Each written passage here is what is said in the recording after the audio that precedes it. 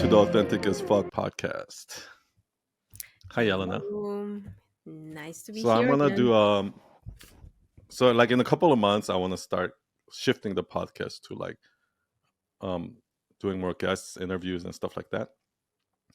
And the concept of the podcast is that I'm gonna ask people questions about their life and their stories. Because I believe, as you know, that the person that you are today is a consequent result of stories that are in your life.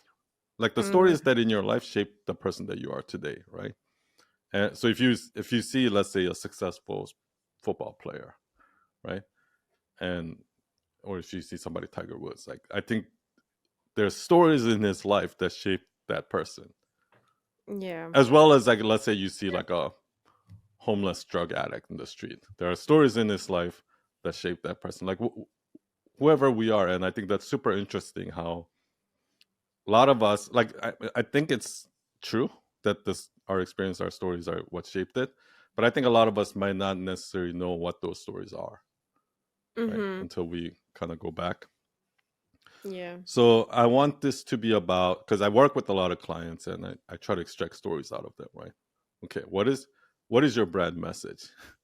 Like, why do you do what you do, and how do you do it differently than other people, and what makes you good at your job? Well, whatever stories in your life is.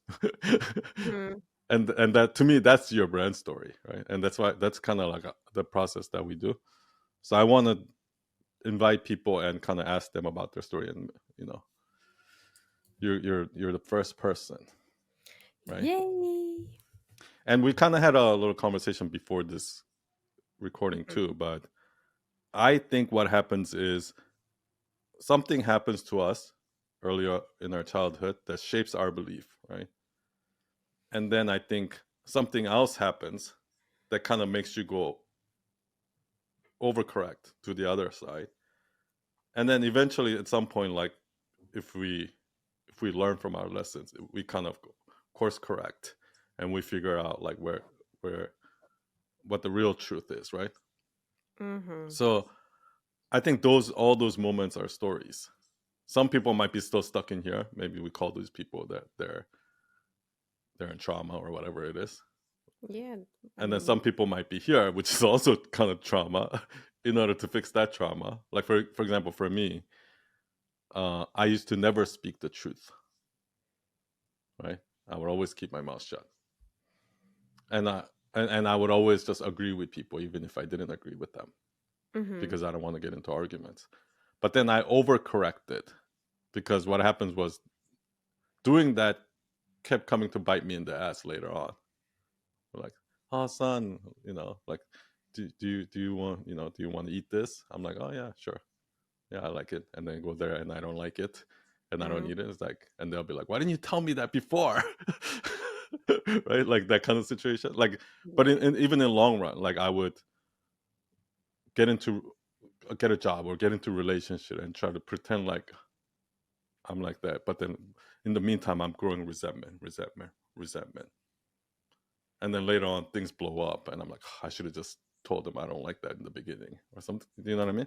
Yeah. I remember in high school, I didn't lie, but when you have like different, you have one part of opinion that agrees with one person, then I kind of talk about that, but I just skip this part when I disagree with that. So I'm like, I'm talking this part that I agree with, and then when I talk with another person that shares this other part that I'm talking about this, maybe I ask question about this other thing, but I'm kind of Yeah, diplomatically, omitting the truth. Yeah, omitting certain facts yeah, yeah. So or certain I opinions. remembered what exactly I talked with different people. So I knew exactly what part of opinion I shared with one and with the other. And my biggest That's fear, what I did too. By the way, I don't know if you had this fear of what if they are together and you need to talk with them. yeah, it's exhausting. Well, number So, one, it's exhausting because you have to keep track of it, and two, it's exhausting because you're constantly living under fear of being exposed. Yes. Yes.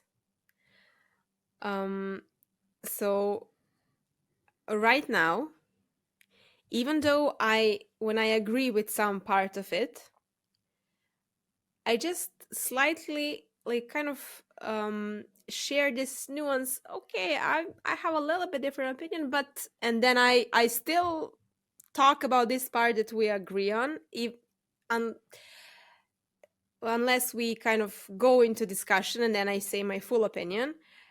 But I just kind of say a glimpse of, yeah, maybe I have a little bit different opinion on that, but I see what you mean. So it's kind of a safe side. I didn't go into like depth of it. We don't need to like fight over opinion, but I kind of addressed that what Yeah, is it that I you think. present the other side as Yeah, well. yeah. So this was my lesson on that. Yeah, those are the lessons that I think shapes who we are, and Mm. those lessons probably for you happen through stories. Like certain things happen in your life, and those events have stories. And maybe it's not just, maybe you didn't learn it in one shot, right? Maybe Mm-hmm. it's multiple stories, but there's a Yeah, story there, is what I'm trying to say. yeah. And also I think we overcorrect, like, so we start one way, we might overcorrect and we might have to come back. So those are also all stories. And I guess what I'm trying to do is so let's start by kind of, let's start from like, what are some of the biggest lessons that you've learned in life like that? The easiest question. Um, Oh, easy. We'll start easy. Like the ones that are significant enough that you it because I think those are going to be the most strongest memories, right? mhm.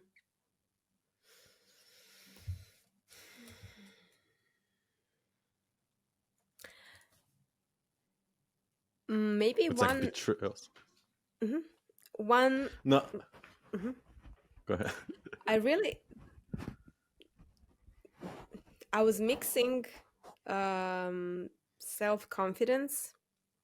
I don't know when I learned it, but I was mixing self confidence with presentation. So if somebody has this presentative look, like they seem like they know what they are doing, I would kind of mix that with their, I don't know, expertise or how good they are in what they are doing. So I would kind of feel my insecurities if I'm not sure completely, and they say like, "It's this answer." I was like, "Okay, okay, probably. He looks like Mm. he knows what's the right answer." So I would kind of doubt even more in my opinion if I disagree with that opinion because they look confident.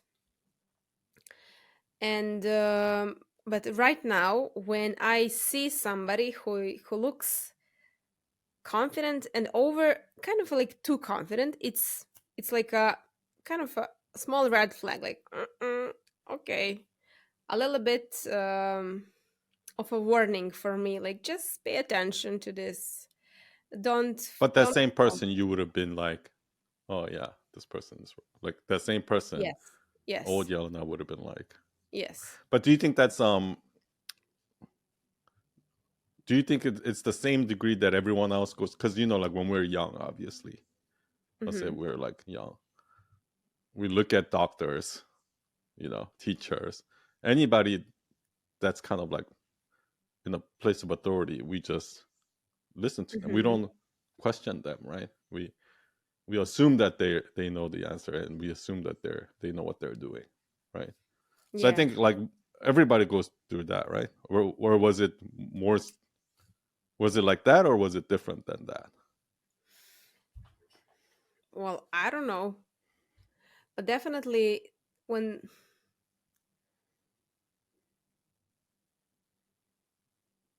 I don't know if it's more or less.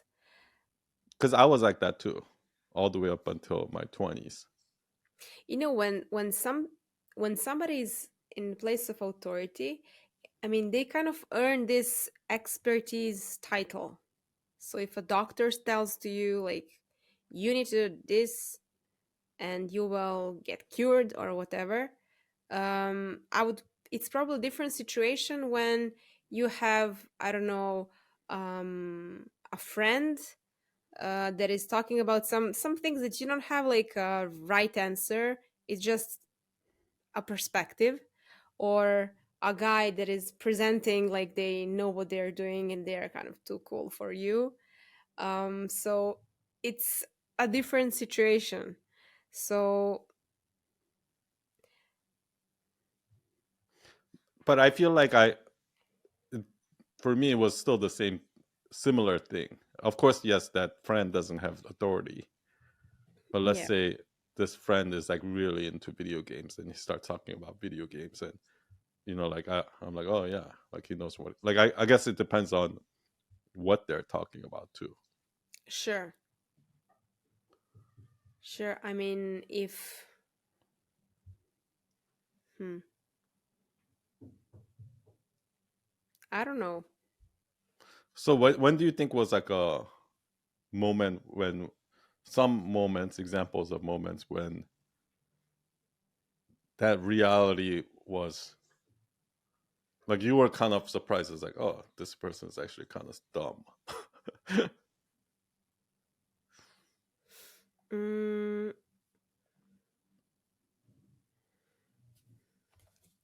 I mean,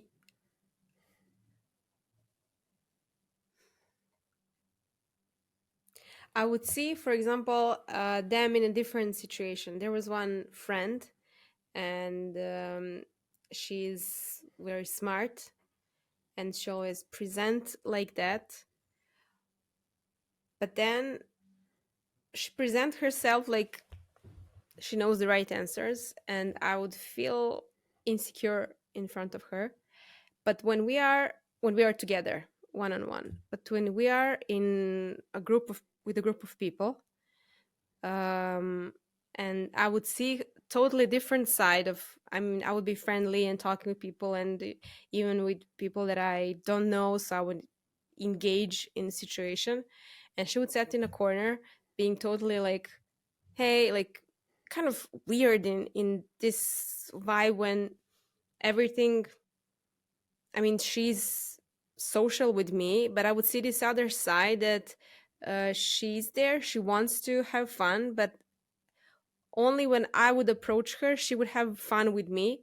But after that, if I go somewhere else, she will be like quiet totally and totally lost. I was like, where is this girl? I mean, I kind of met the other part of her.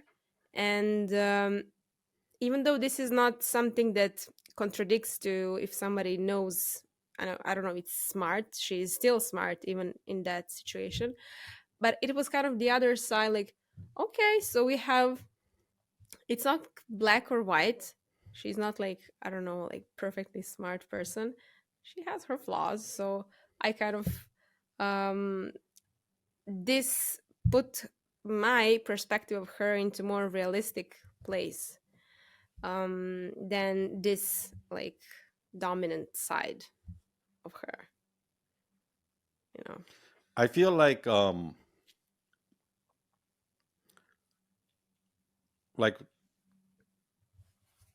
you were saying all of that, Mm-hmm. I just had this realization of like when, because like what you're telling me sounds very familiar to like a lot of situations that I was in. And I think what I realized is that, because I was always good in computers, for example, and Mm-hmm.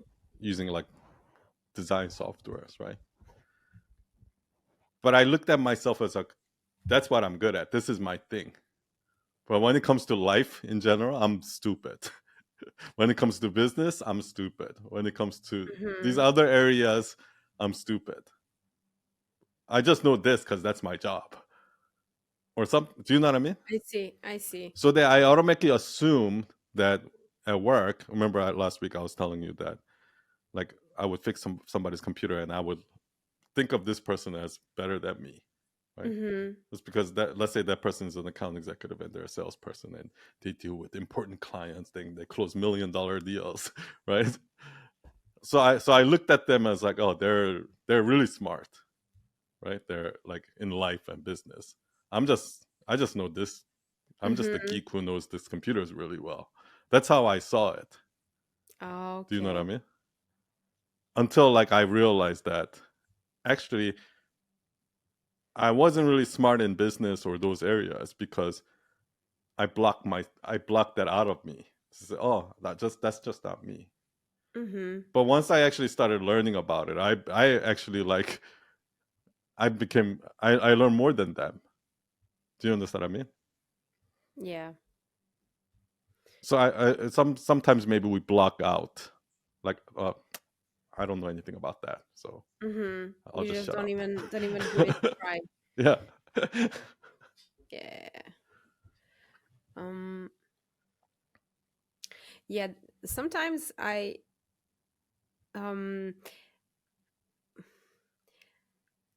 maybe because when you have this neurotic trait and you see you kind of see those nuances that maybe majority wouldn't bother at all, but I bother.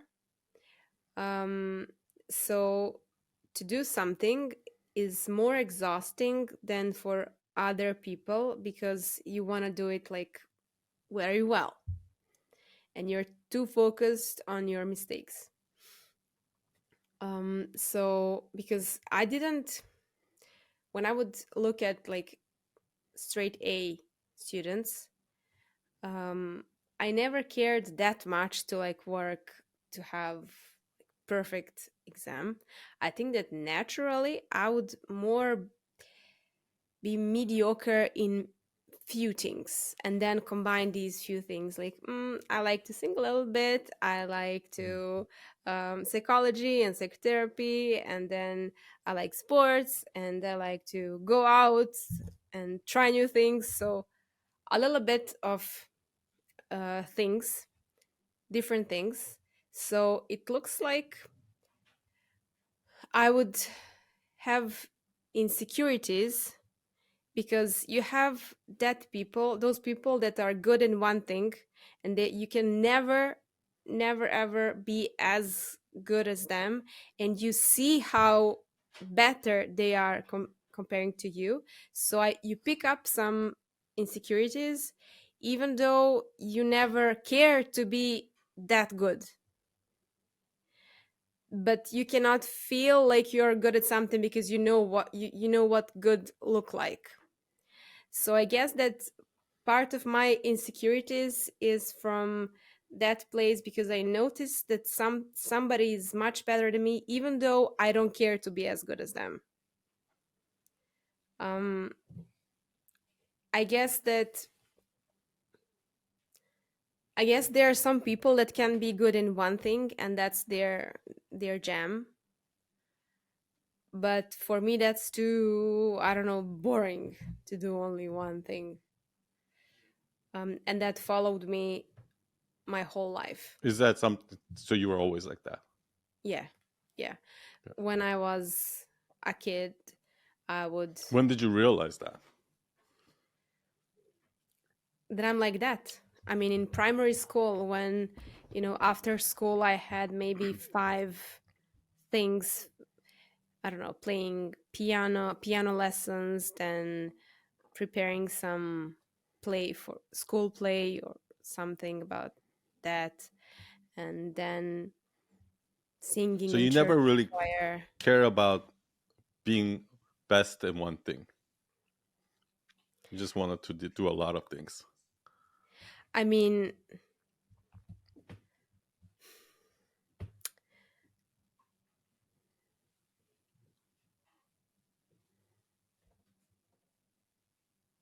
I don't know if that's truth.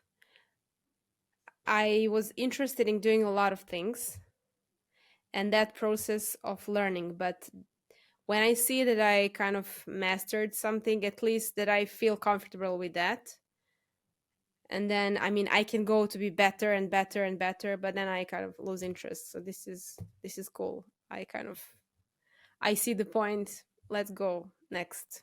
Mhm. So I don't know, I train like when I was in primary school. I was training swimming for 2 years, and I was really good. I even had some small like competitions here and there. So I really learned to swim very good. And then I was like, okay, that's it. Let's go next. So I entered karate, and then I trained karate for 2 years, and I even compete. And when I felt like I got green belt, and I felt like I'm like, this is good. So I'm not good now. eh, I don't care for this anymore. Then I don't know. I was in church choir. Then I sing in church choir for some time.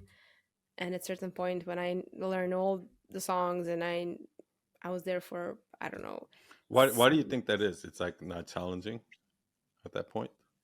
Is it, or is it just not fun? I think it starts to be boring.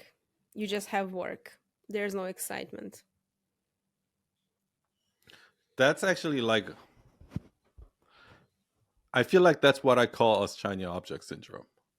Mm-hmm. Like, because what happens is somebody who's like true, and like you ever meet those people that are like Mr. Beast, right? Who's truly passionate about YouTube. Mm-hmm. Like, because in everything we do in life, that's in the beginning, it's going to be exciting because Yeah. everything is new. Everything is, I'm learning new things. It's challenging. It's like, oh, but then the like, oh, I do this, and like the first time you learn coding is like, oh shit, hello world, and then it shows up on the screen, and you're like, whoa, you know what I mean? And then it feels like a huge leap. It's like, oh, I just learned a little bit, and then I was able to do this. I learned a little bit, but Mm-hmm. then that diminishes over time, where you have to now you have to like spend a year learning something, and you just improve this much, right? Yeah. Like at some point, it becomes like that, and everything that we do becomes like that at some point. But some people just are naturally so passionate about YouTube, like Mr. Beast, that he doesn't care. He'll keep going, even if it takes him 100 years. Do you Yeah. understand what I mean? Yeah. I think that um, in my case, the only thing that is constant, like my whole life, is singing and psychology, psychotherapy. So because I enrolled psychotherapy education first time 11 years ago, and it's still I have like volunteeringly meeting every week just to read something that some psychotherapist wrote, like look how good this is, like how did he do this. So it's I don't know, it's still it's still fulfilling. So these two things are still fulfilling. So maybe I was actually searching for my thing. I don't know. When you say like oh, look at this, how did he do this, right? Can you give me Hmm. an example? Like what's something like this? I mean, there are in some books you have presented case how therapist was working with the clients. You have literal like sentences, what did a client said, and what did therapist say. So then you have, I mean,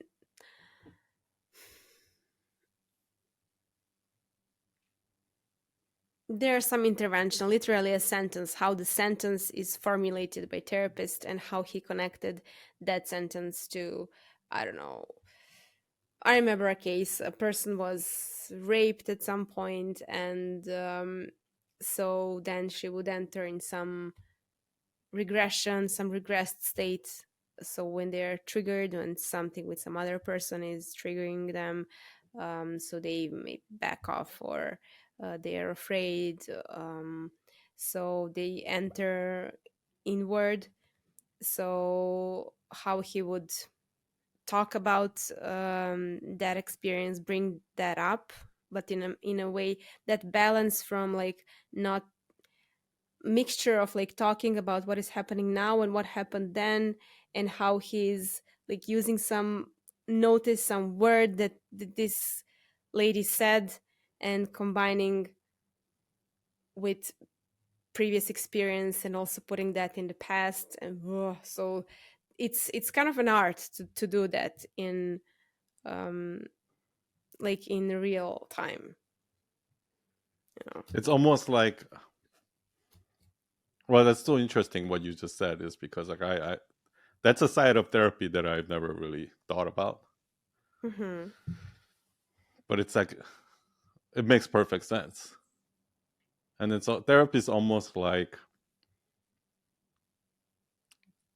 the, maybe it's like the epitome of like, like literature, writing, word, like using words, right? Hmm.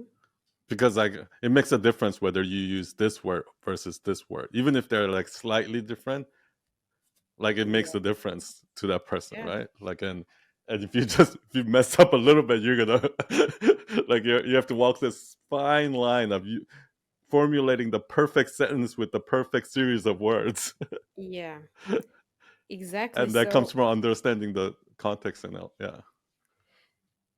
because many times there is some, you need to use clients words, because if I say my word for something,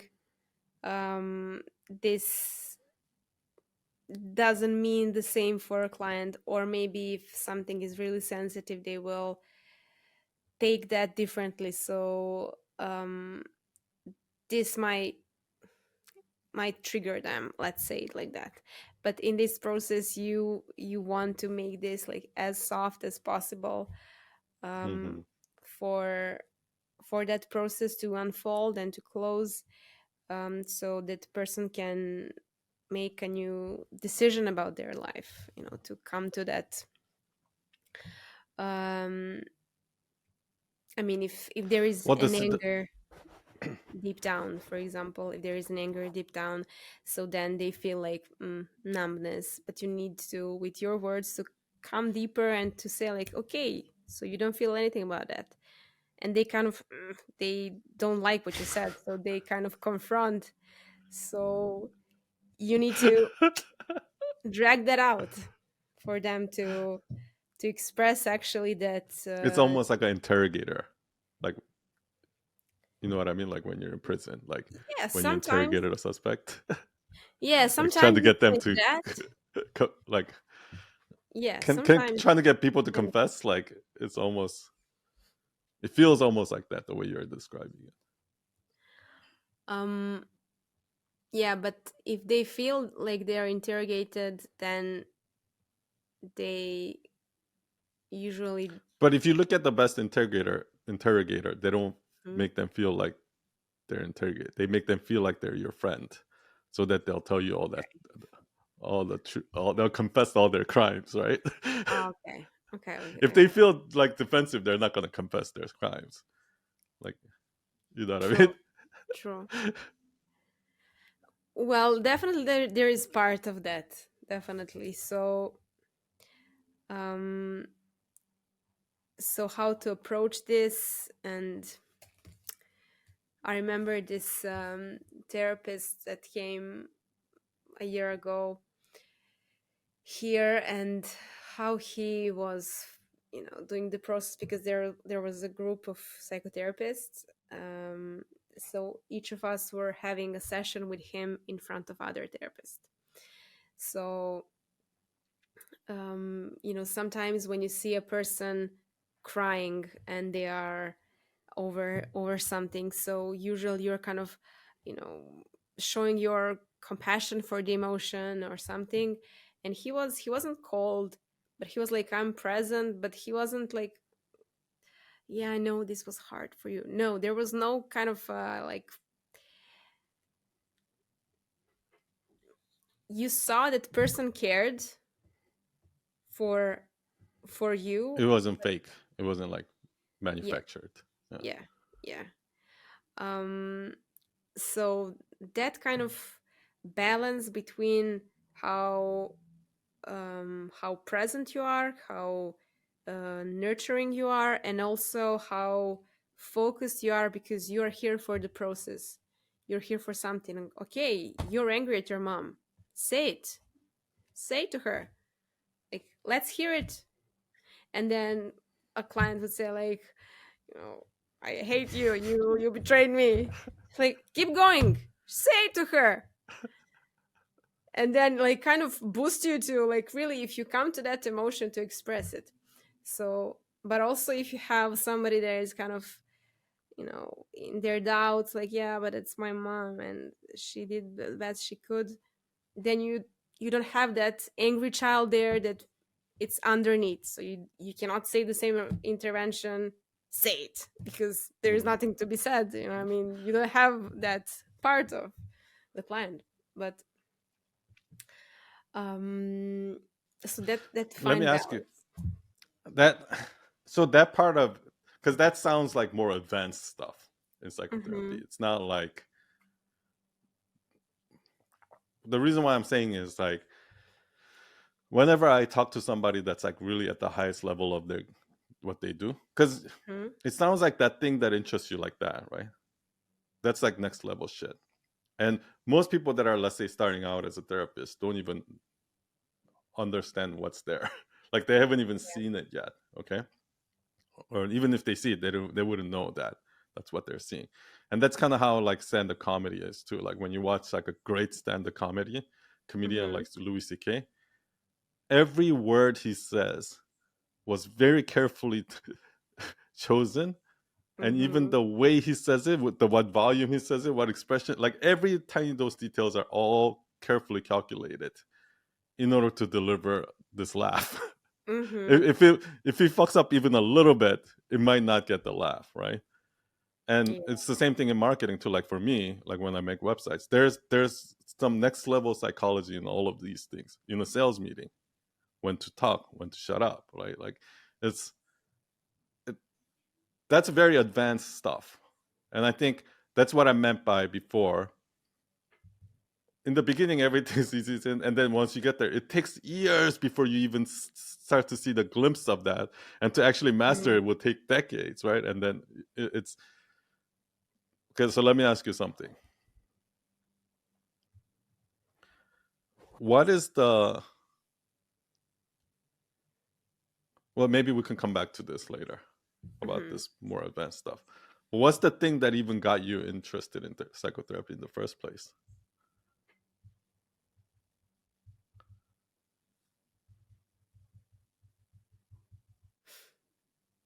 I mean, I got many times I got compliments that I'm a good listener, even when I was in high school. So that was like the something that it wasn't for me hard to listen. I kind of wanted to listen. So this was just an easy thing for me to do, but I wasn't like craving like, let me listen to other people. So now this is the first thing. The second thing is, I like to know what their people are doing. I kind of like to hear that. So it's interesting Well, to, that's probably related. yeah. The reason why you want to listen is because you want to hear what they're doing, what their brain is going through. Yeah, I mean, definitely in psychotherapists that are into this, they have this part of them that likes to like sneak a little bit of wire there, because you are in most private part of their life and soul, and you have entrance to that. It's a little bit voyeuristic. Yeah, yeah, exactly. Exactly. So you need to have that part of you that kind of likes to see something that is hidden. And you know nobody else can has that entrance to that part of intimacy of someone. So I mean, I even think most people just don't care about enough about other people to. I mean They're busy sometimes, talking about themselves. yeah, I literally, when I would walk down the street, and many times it happened that I see something is like happening over a street, like somebody is, I don't know, there's some event. You don't know if there are two people arguing because, I don't know, they're in cars and they cannot like find a way which one is going to go first, so there's kind of something that is not resolved. Or I don't know, some people are yelling, or you can have protests. And if I'm there, I'm like, okay, let's wait, let's see what's gonna happen. So few times I literally stopped with my boyfriend, like, let's You have a stop just to curiosity, see, yeah. yeah, just to see what is going to happen now. But only Or is it usually only about when it's involved, when people are involved? yes. Like when you watch a video game or something like that, and it's like, oh, let's see what's gonna happen here. Like, are you like that with things that are not involving humans? No, only humans. And you were like that ever since you were young, like your whole life. You were naturally like that from when you were young. I don't remember. I mean, definitely I was with surrounded with a Oh, lot I of think you people. were. I remember you telling me the story about your sister's boyfriend, or like What? you snuck up in your sister's. Was it your sister's boyfriend or My your my cousin's boyfriend? cousin boyfriend, Yeah. girlfriend. Yeah. Yeah, I want to see what they're doing.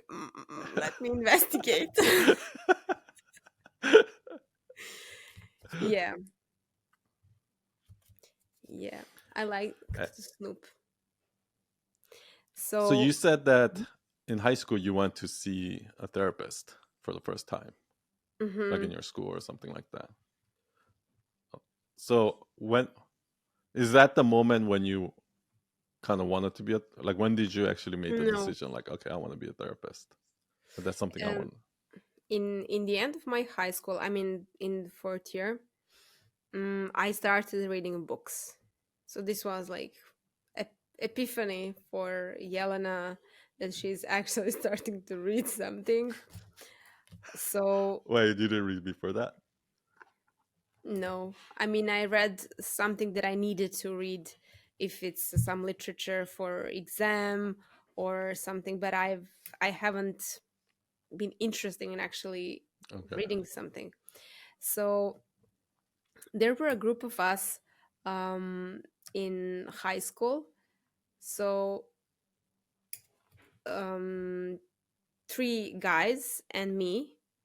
So we've been discussing different, I don't know, concepts. And I firstly, that was the time when I talked about spirituality. And I read um, some novels from Dostoevsky. And then I was kind of feeling like, there is more to this. So I kind of opened some new world. And that's when I started my But interest was it all actually. like those type of books? Like if you read like War and Crime or like the if you read those type of Russian novels, they're very it has a lot to do with human psychology, right? Like Yeah, it yeah, has to yeah. it has a lot to do with like you can't tell who's the bad, like you can kind of see yourself in the bad guy as Mm-hmm. well as the good guy, or you know what I mean?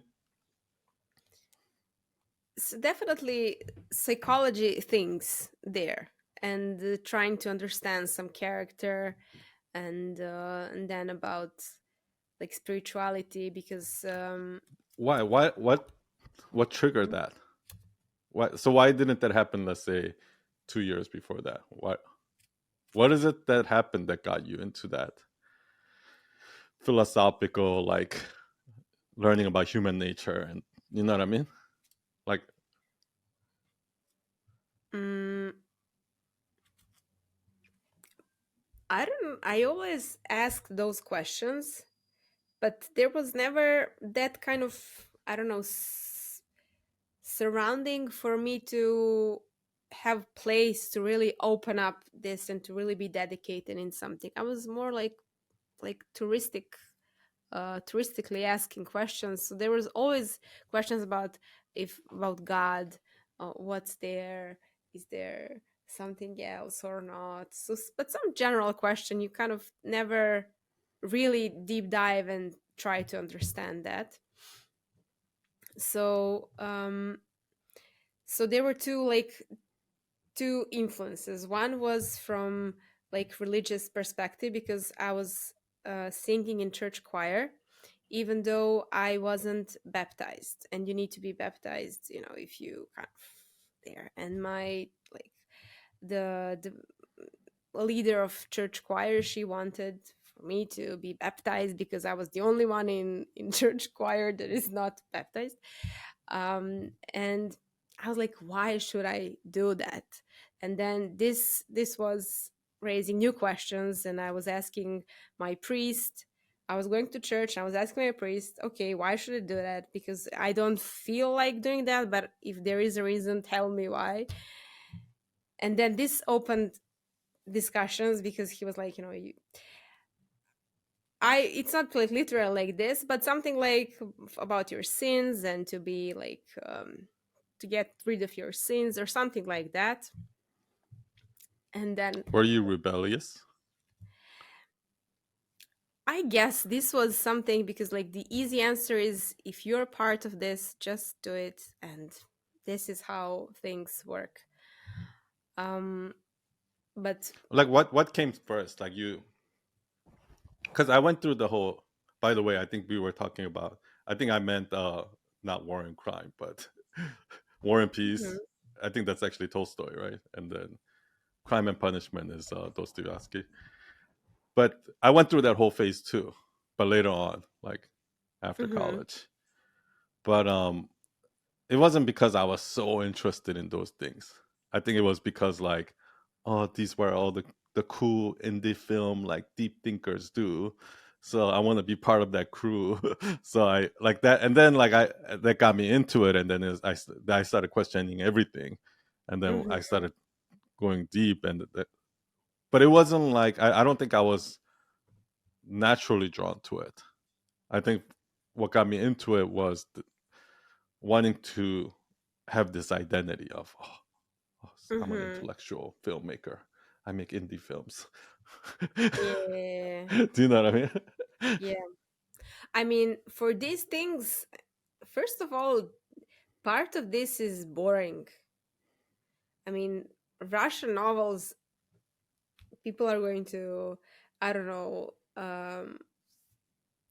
to react to this, but for me at least, it's boring. I mean, you can deep dive into this, but it's boring reading. So definitely you need some push for it. Um, Part of that was natural thing, part of it because every week, so every Sunday when there was Sunday service, after that, yeah, Mhm. after that, we would go in some place like just next Small to group. church. Yeah, Mhm. we had like a, let's say, like a small group. There was my priest, which was also my professor in high school, um, and two guys of those three guys, so two guys and me, so four of us. There was a discussion about something about some religious topic, or something about sometimes Dostoevsky or some novel. And they discuss, especially this one, there's a really smart guy.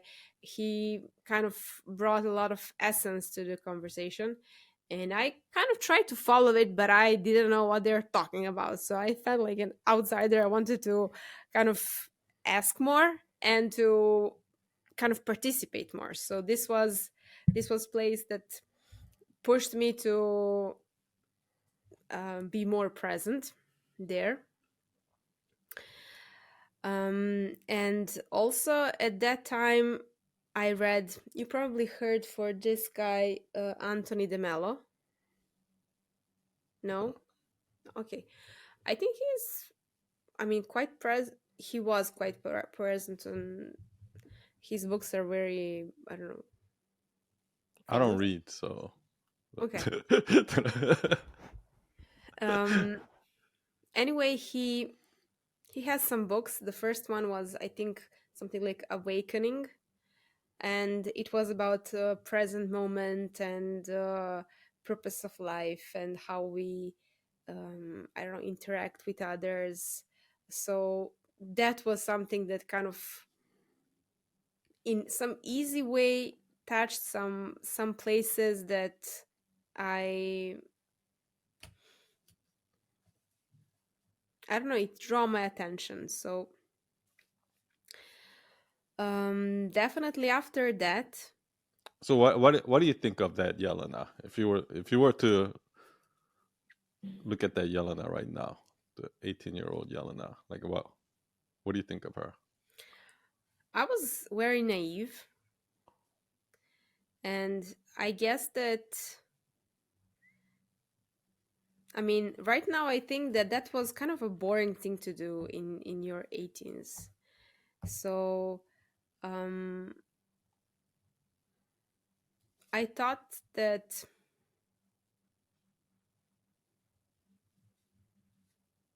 because from that moment, before that, I was more like a party Yelena, let's have fun Yelena. But after that, I became more like serious Yelena. I will not go out. I will stay and read, and then I need to prepare for university, and then um, I was What do you studying think so happened? That much. I mean, like, because do you think that just you just get bored of the party, Yelena? Like you got bored of No, those other hobbies? no, I kind of,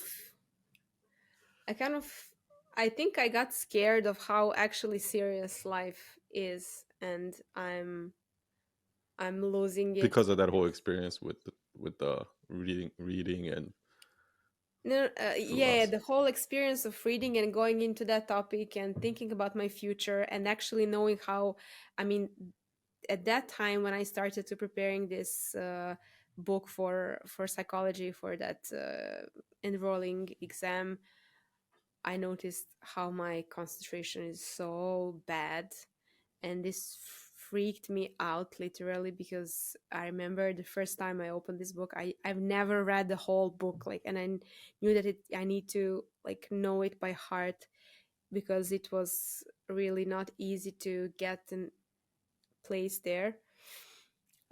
So after reading a first page, I remember I was um, crying, because I was like, "Oh my god! If this is how one page, how much time it took me for this one page, and then this, like, how can I read this the whole book and know that by heart?" So Did uh, you feel like you were like maybe behind in your academics yeah, or something like that? yeah. This was like a big slap in the face, because, like, okay, so I mean, the whole school I was kind of going here and there, learning, It's like a wake up call. It's like, oh shit, yes, I gotta yes, get my life together. yeah. I gotta So get my shit together. yeah, so I went totally the, 180 degree on the other spectrum. Like right now, okay, no more fun, like this is I going feel to be like that's a magical. significant moment Yeah. if you really think of, because like now that you're telling me that, I feel like I've never actually had that. I still haven't had that moment. Do you know what I mean? So I think that's a significant moment, and um and I would even mhm. argue that that could also be a traumatic moment too, Yeah. like where you, right, maybe you overcorrected. Mm-hmm. But anyway, let's continue. Yeah, I overcorrected it, definitely. um And especially because um, I think that my whole life, part of me thought that, because still I was, whole my life I was focused on small details. So I knew um, I would remember more if I had the wrong answer than if I Mm. had the right answer to something. So my whole life, if somebody else is speaking about some topic, and I don't know nothing about that, I would feel like, oh, I should know something about this. So I kind of try to cover it with some jokes or How something. were you before that? Do you, do you feel like you had more of an imposter syndrome after that than you were the party yelling out version? Like, was the party yelling out version much more confident and like? um, Maybe not much more, but a little more confident because I didn't pay that much attention to this. I had some other qualities that I used. So I wasn't so okay. I kind of I felt like probably I am stupid. Probably this is it. So when I found out that there are some intelligence tests when I was in primary school, I was like, oh no, I should never do that because I cannot hide how stupid I am. so so part of Oh, me, okay. That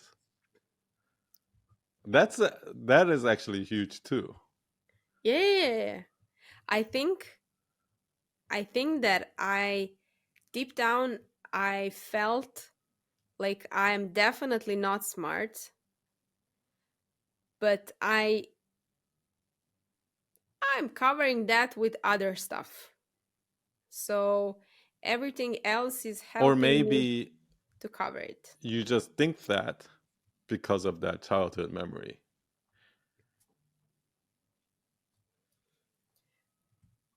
I don't know what you mean.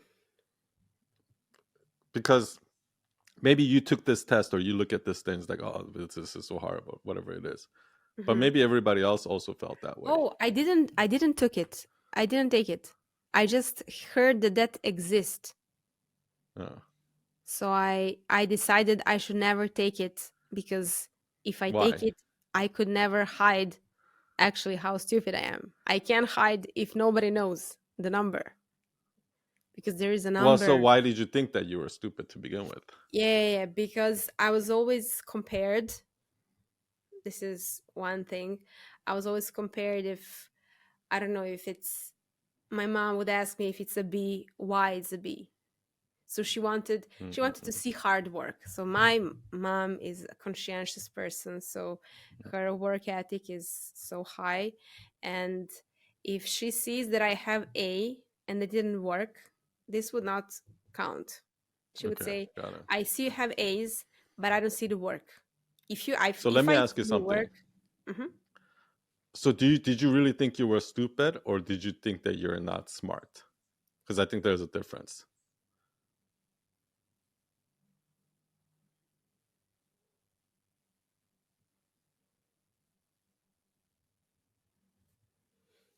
I don't know. Because like what you're telling me sounds like very familiar to what we were talking about last week when I was telling you about Hmm. how I grew up. Like I never thought I was stupid. I just didn't think I was smart. Hmm. But I wasn't thinking like, oh, I'm dumber than everyone either, right? Because obviously Okay. you see that you're getting B and there's other people getting worse than you. So Yeah. you can't possibly think that you're dumb. Do you know what I mean? Yeah. I just thought, oh, I'm just average, or if anything, like a little bit below average or something. Like, do you know what I mean? But I never thought of me as like a smart person, Yeah. like an Maybe intellectual or something. maybe not enough is, I don't think I kind of put in words like exactly what my feeling was, but not enough is um, definitely expressing it because I had many hobbies. I played piano, and I every week you go there and your teacher give you some new, I don't know, things to practice. And I didn't practice. So I was learning, I was trying by, to by looking at the paper, trying to improvise it because I didn't practice. But it didn't take me much. Actually, I was doing that very fast comparing to how little Hmm. I practiced. But the fact that it's never good thing, I'm always struggling if I'm going to do it, and then to kind of see, oh, how much time is left here, just not to ask me another, I don't know, sonata or something. And so I kind of try to avoid Yeah. things. And then I see my, for example, good friend that is really good. She has, I don't know, her teacher is praising her, and then I see how good she is, what she can do with her fingers. I'm like, oh my god! And then I kind of say, okay, no, you're not enough. So I don't go to that place. Like, if I practice, I can do that. No, I don't go there. I'm taking the blame that I'm not doing good Mm, enough, and got it. Yeah. I bring that with me. So, That's actually a pretty probably a good trait to have. So that because like I feel like that's you know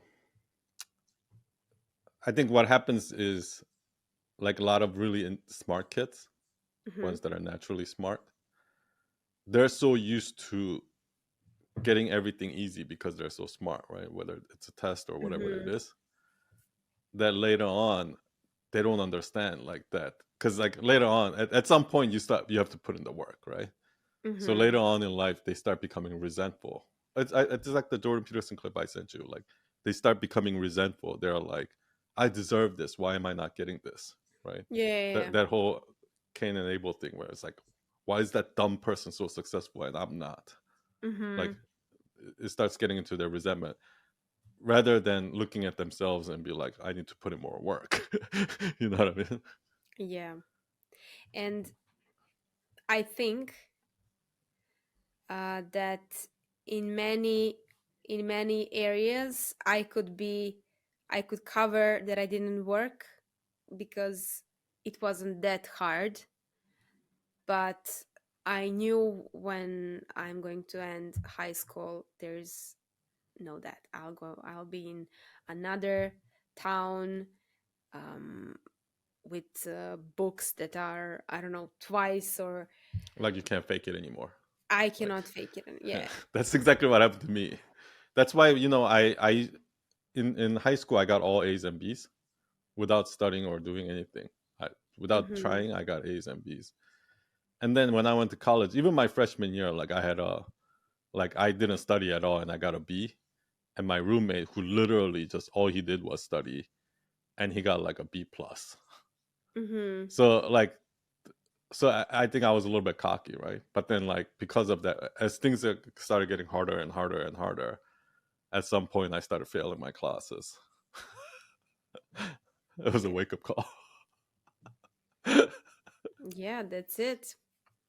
So you let yourself fail to see that you need to work more, but I was afraid before I failed. Oh no, I didn't even let myself like I was delusional. Mm-hmm. It wasn't until I got the grade I was like, holy shit. Yeah. Like that's how delusional I was. I'm a little bit like that even now, to be honest. That's In why I what procrastinate. areas? In what areas you think you're delusional? Like when we went to Denver to do the speaking, Mm-hmm. like I didn't know what I was gonna say until an hour before this I went on stage. And I kind of No, no way. like I It's kind of knew on a high level what I was gonna say right in my head, but I didn't actually like I didn't prepare like how most speakers prepare, and so I'm like that in the many things. okay. So what was the topic, like the general topic? Did you have like a general It was topic? about personal branding, So it's like my area of expertise. That's probably Because why I was so cocky, you know. okay, and did you panic 1 hour before? No. Because I've No. been in that situation so many times, and it always turned out like I've been in situations where day before the deadline I have to finish, and then I have to, you know, send it to client, and the client's like, "Oh my gosh, this is amazing," even though I just did it last night. Like, so I've been in that situation so many times that I'm still a little bit delusional now, and I. But anyway, you see what you're doing, like. Your natural personality is always to make it about. We're talking about you. Yeah. And look at you, you're flipping the table. This is why I kept saying you have to start a podcast. Mm-hmm. So So I want to fast forward a little bit. okay. So I can kind of see why you went into wanted to study, psychology and Mm-hmm. you know. But I think it's the reason why you were doing that in the beginning, and the reason why you love it now versus because all those other things that you said, like Mm-hmm. whether it's like dancing or whatever other things that you know you kind of stopped at a certain Mm-hmm. level. Like, I think you said you stopped at a green belt or something like that, right? And then Mm-hmm. it was like, okay, like now I got it, whatever. I think the only difference between that and this is that you kept going, and then once you kept going and pushing through, you found another next level advanced stuff that you really also Mm-hmm. got your interest. Whereas in, because I think whenever you learn something new, for me, this always happened. This happened when I started coding, when I started designing, copywriting, storytelling, doesn't matter what it is. There's that initial fun, exciting stuff where it's like, oh, I did this and I learned this. Oh, now I can put together Yeah. a video and I can actually edit a video. Wow, cool. Whoa, whoa, whoa. And then the return starts to diminish.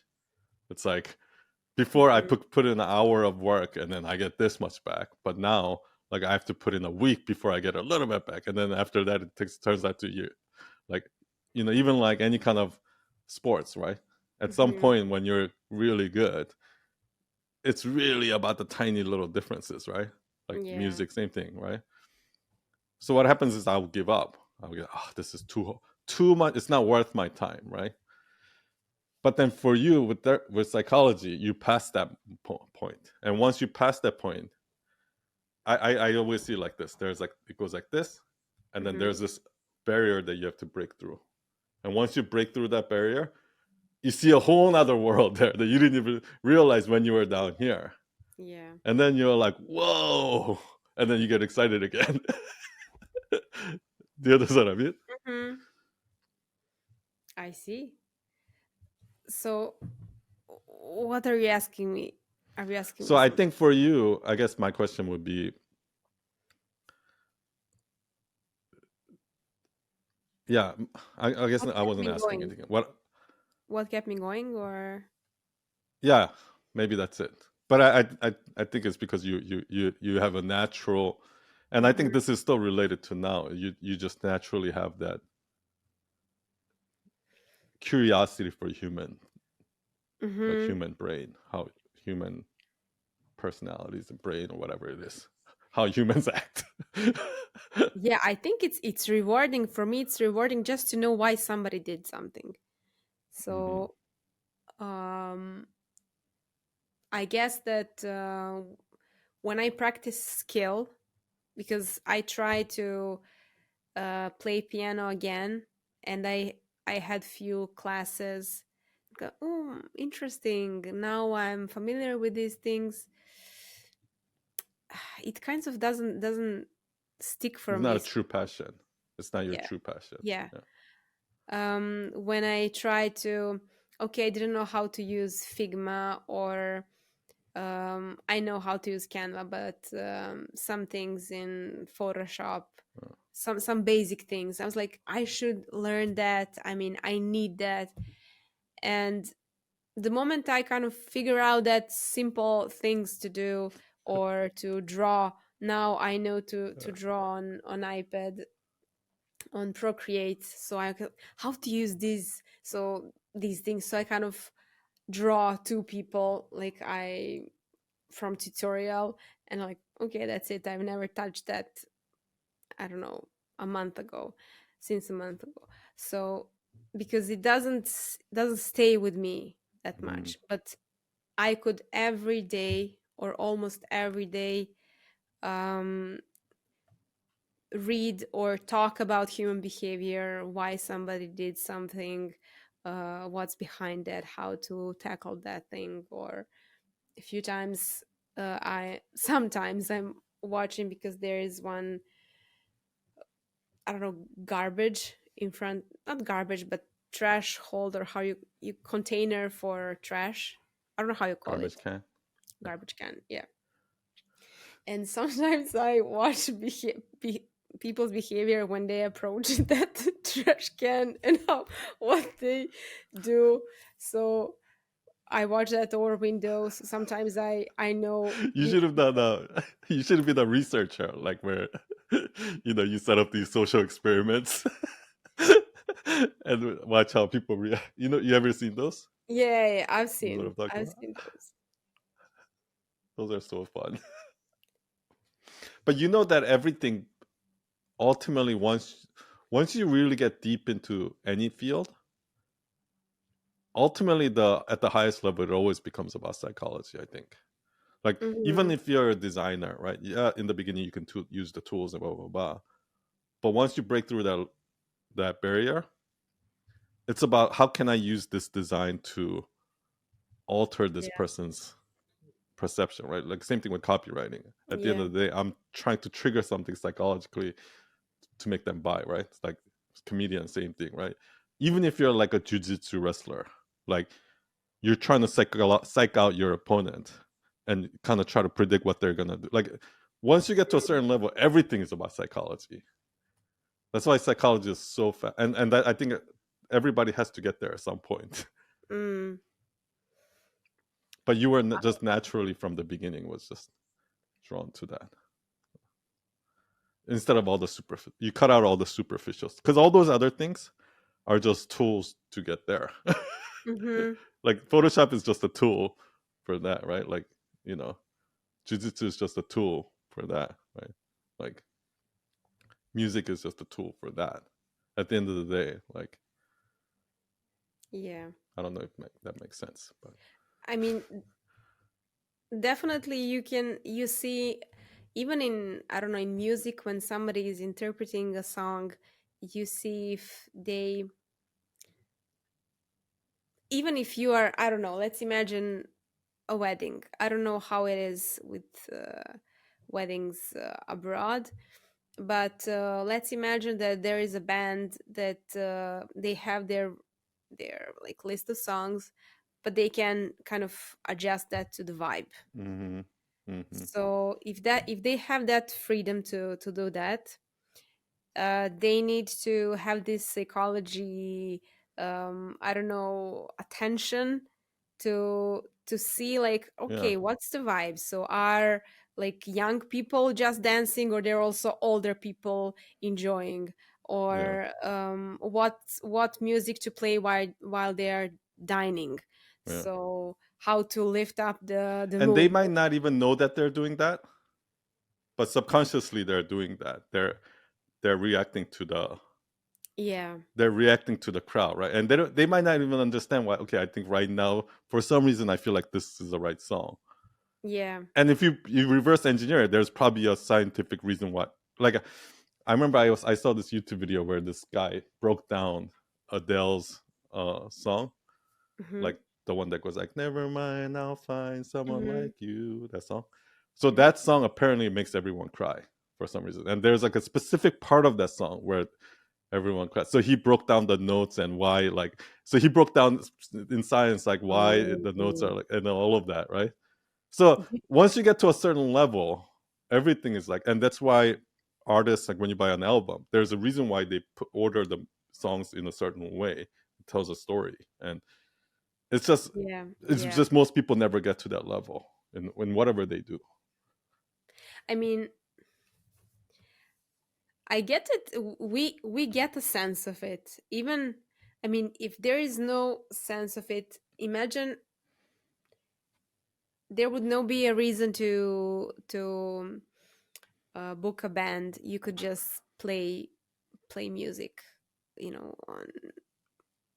on some from some playlist, but you kind of know that a person there that is singing, that is engaging with the audience, is doing something. So what are they doing? They are engaging with people that are dancing, or they're, I don't know, putting some vibe, maybe walking down the to the bride or to the groom, so they're now engaging with them, then they invite some others. So you need a person that is professional in like lifting atmosphere and like creating that vibe. So if you have Yeah. that person, then you have Yeah. something that you cannot do with just having a playlist without a band, Hmm. you But know. even I think even when you have the band, I guess what I'm trying to say is like even for let's look at come back to therapists. Hmm. Even when I look at therapists, I wonder what you just talked about, right? Like for me, when you talked about the guy, doing the talking to that patient and say, like that person being able to read that person perfectly and really like it's so fragile, right? Every word, how it's spoken, like what kind of like it's so everything is so perfectly it's so fragile that it has to be done a specific way to get Hmm. this reaction out of that person, right? And there's probably like how many therapists do you think watching that understands the intricacies of what's going on there? Or they're just like, oh, it's cool. Oh, you just gotta say this. Well, that's like, do you understand what I mean? Like, how many people actually understand that depth? Who would know? Kind of like when you were telling me about, like you had to do this exercise in the chair and blah blah blah, Hmm. and you can sense that it's not working, right? Yeah. But you didn't want to bring it up because everybody was like, oh yeah, like how many people are just following the textbook step by step framework and just doing therapy as Mm. if it was like a IKEA instruction, not really understanding the tiny little intricacies of what's going on, right? Yeah. I just think when I look at most designers have no idea what I'm like. They think they know what I'm doing, Hmm. but the amount of tiny little decisions that I make, why I use this word instead of this, why I use this size instead of this size, like they have no idea. um I will definitely pay more attention to that, because my focus is totally on those people that can do that, and on those people that I That's the see. most interesting to you, like when you see Yes. people like that. I, when I see other therapists, uh, or therapists that drag my attention, or some colleagues that I enjoy consulting with, are those that have this this thing. So, or those therapists that inspire me to find these nuances, these small, sometimes it's a technique, a small technique. For example, for some client, you would not, if you want to share something that might kind of trigger some fear, you will not ask a question, you will say that as a Mm-hmm. sentence. Or you would not say, how did you feel about that.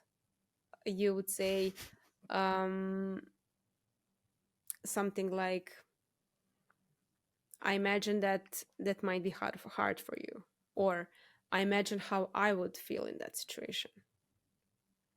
Mm-hmm.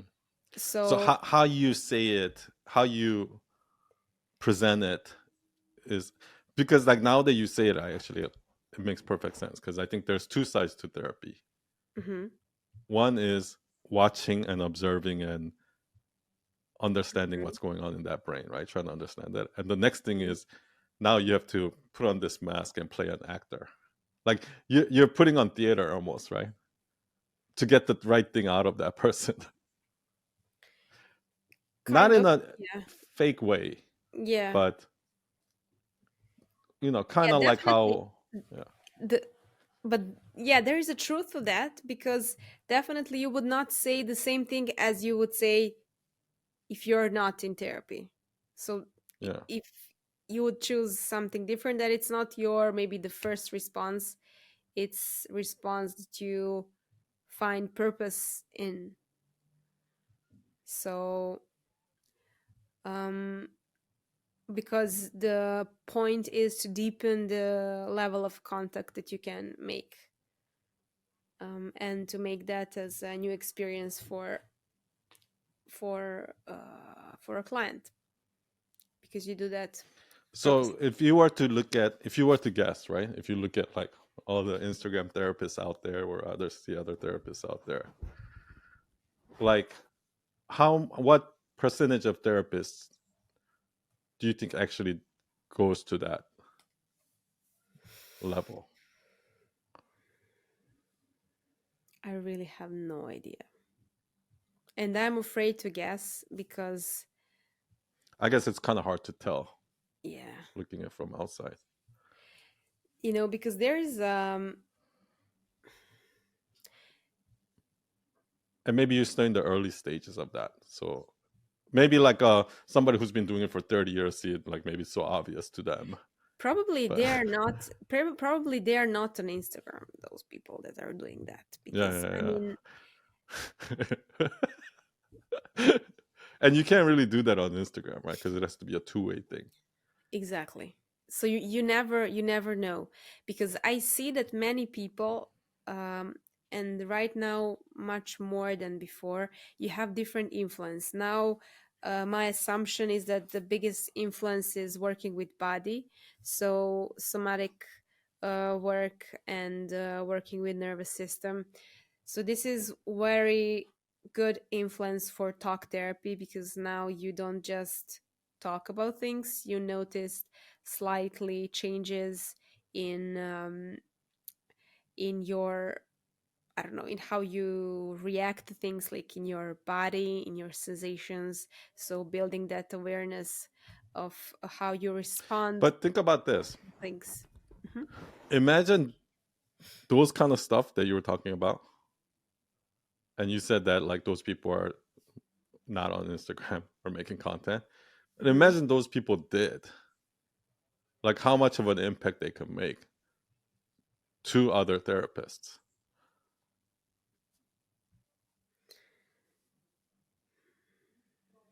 Like, and I'm not talking about them actually. Like, obviously, you can't see them in action, right? Mhm. Doing therapy. But like today, I was watching this video from Vin, and he's a communication coach, right?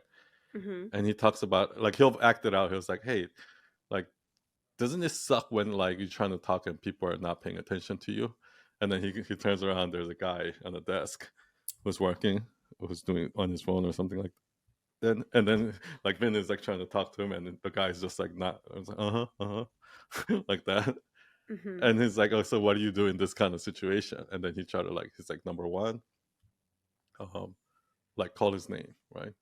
Hey, son, and pause. And then number two, pause until you get his reaction, get his attention. And then three, like you reward the behavior. So you say, uh, thank you so much for your attention. The reason why I wanted to, you know what I mean. So he Mhm. kind of talks about like, so so imagine a therapist teaches how to communicate and how to react to situations, like using role play or whatever it is like that, or talking about specific situations. Like how helpful would that be for therapists? I feel like I see a lot of therapists make content, but everybody makes the same shit, right? Everybody's like, oh, I just I don't know who needs to hear this today, but Yeah. make sure to be grateful to. I hear the same shit over and over and over. But what I Yeah. would love to see is something like that, right? Like when you're working with a client and this, you know what I mean? Like, Mm,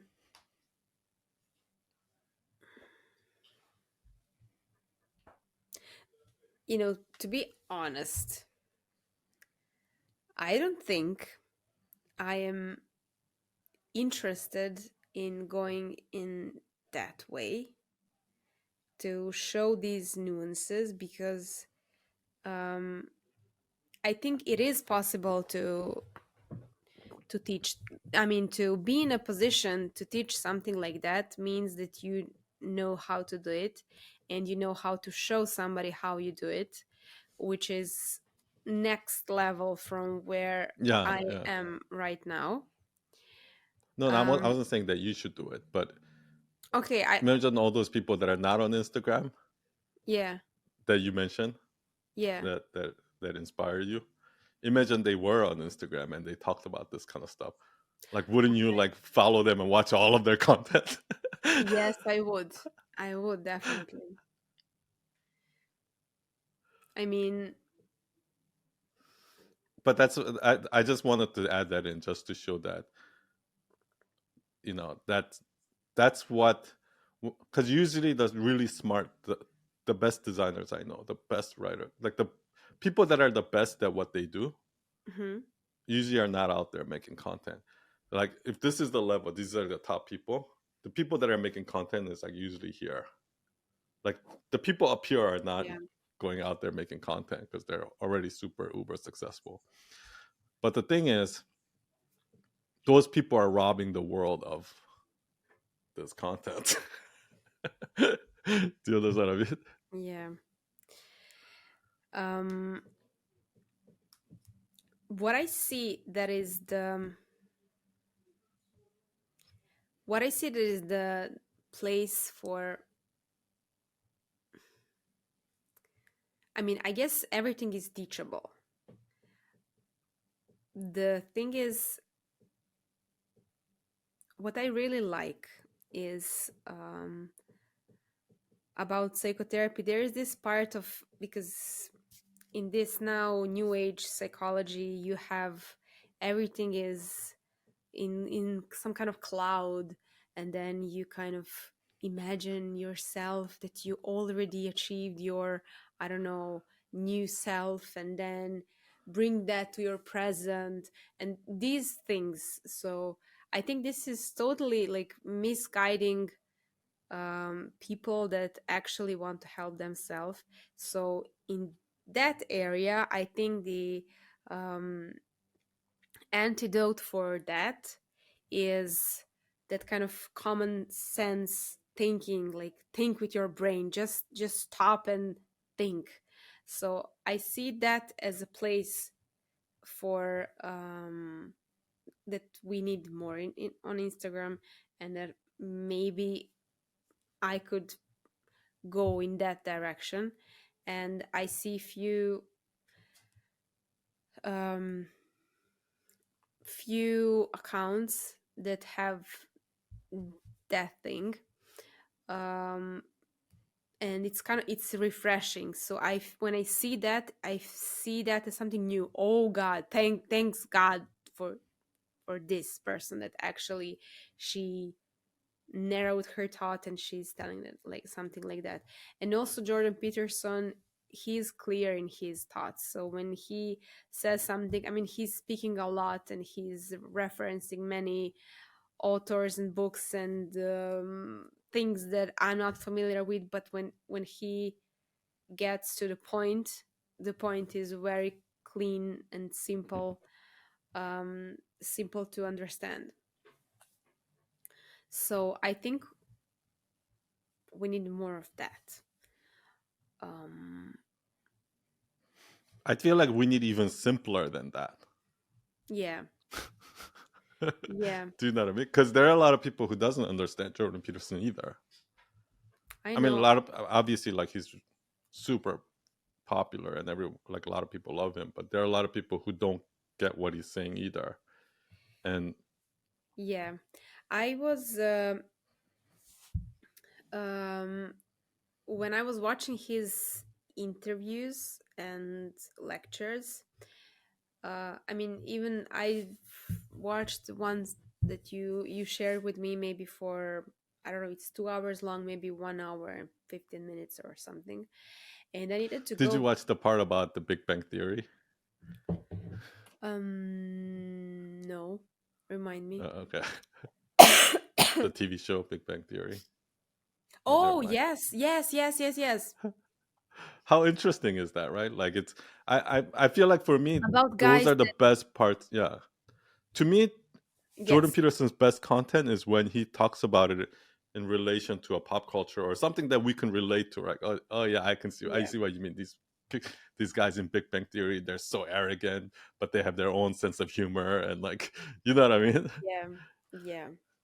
And how actually they develop resentment because they were praised for how smart they are, and then they're not successful with girls, and eventually they kind of feel resentment because they think they deserve it, so they're kind Hmm. of angry at Hmm. world or something. So yeah, the whole concept of like left brain and how logic is can be can be part of arrogancy, and then if we are too arrogant, then we have the right brain to, I mean, the left brain thinks of concepts in theories, and this is how the world should function, and like I am now here, so Hmm. things didn't work because I wasn't in the place of power.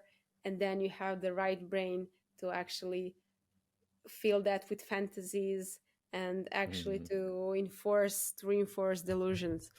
So this is something I was like, oh my god, so this is good, this makes sense so much, because we when we find some outcome with our like logic, we feel like this is right answer.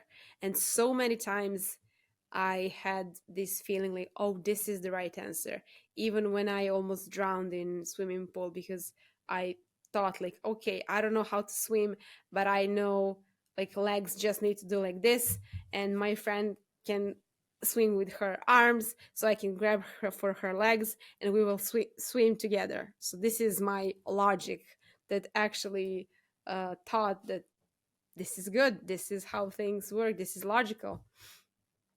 So, but this is That I not the guess whole maybe that's part. where delusions come from.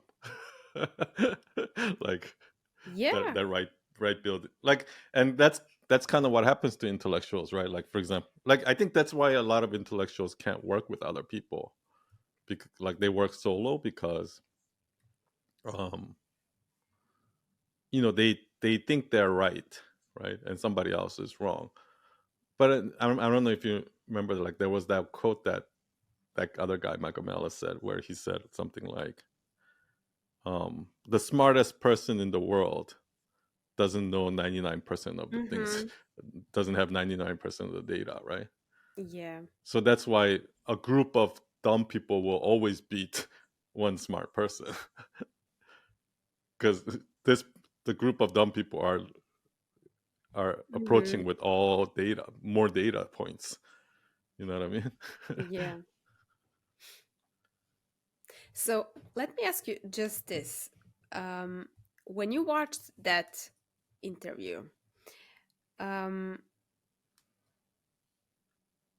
I mean, definitely those peaks like that with series Big Bang Theory, or with narcissists, or um, with I don't know, differences in socialism, and how actually everything is socialism and totalitarianism. And if there is, I don't know, one point that was good was, if we don't see the value in one's soul, then everything is going to lead to totalitarianism.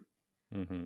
So because you don't see value in one person, it means that things can, Yeah, because you can then that sacrifice becomes then we're someone. not able to separate human from machines, right? Yeah.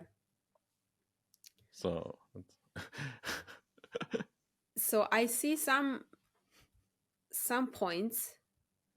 Um, so do you, my question for you is, for all those other things that he speaks about and those concepts, and sometimes he gets, it's confusing, so do you just skip that part, or you go back to kind of understand what he really wanted to say. No, I like most of the stuff that he talked about in that interview, I've heard him say before. So like Mm-hmm. 95% of that whole interview is stuff that I've already heard him say. Like when he talks about when he talks about like when the Jews are like, um, you know, they're they're they're they've just been freed, right? And like Moses has to lead them through the desert, and that whole story of like how when you know when you serve the king, Mm-hmm. like, or they say I want an emperor or I want a king, like God tells them no, you don't. Like that whole, and then when he starts talking about the hierarchy, how everything is a hierarchy, right? And like all those concepts I've already heard him say many times before. That's why like I don't, I guess it's not as interesting to me because Mm-hmm. it's been, I've heard it before. Like it was interesting the first time I heard it, but So you're telling me that you understood every single sentence from the beginning till the end. okay, I think I get what he's trying to say, but unless I can sit down with confirm and ask him, because is this what you meant? Like obviously I wouldn't know, right? But um yeah, I think I understand what when he tells that whole like Exodus story Mm-hmm. of of like Jews being freed from slavery. Like what it's basically trying to say is it's kind of like when I quit my job and start my own business, right? Like, oh, I'm free now, right? But Mm-hmm. that's just the beginning, because now they're in the desert and they're all gonna die, right? Like it's you know eh, with that freedom on, and that's kind of what I talk about a lot. With that freedom now comes, now I have to be my own emperor, and I need to be able Mm-hmm. to discipline myself, and and I have to be my own boss. Mm-hmm. And we're terrible at being our own boss, right? And when I'm terrible at being my own boss, what's going to happen is a tyrant is going to come and become my boss, take advantage of that, and try to lead me to it. And that's kind of what happens, right? When they're like, no, we want a king, and God's like, no, you don't want a king. What you want to do is you want to be your own king, or you want like that whole part is like I think that's what he's trying to say, right? Now, is he really trying to say that? I don't. I have to ask him, but Mm-hmm. Okay. I um, didn't. Yeah, yeah, yeah. So this means that you understood it. I mean, this connection with your his example with you quitting your job clarify everything even more. So um yeah, lot of his biblical series is like that. He takes these Bible mhm, stories, and he breaks down the meaning of it, right? Like how like, so one of them is that Exodus story, right? Another one, like, so mhm, all of those Bible studies, like when he talks about even Adam and Eve, right? And how like taking the bite out of the apple, all of that, he breaks it down. Like it's he just shows like how those are archetypical stories that symbolizes some sort of a lesson to be learned in life, mhm. not like these are literal stories where you Yeah, know yeah, yeah.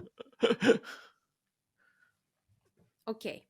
Maybe I'm too stuck because my perfectionism goes to like what I didn't understand and I lose interest because I was like, okay, now I need to take pen, paper, and to write down what I didn't like a understand lecture.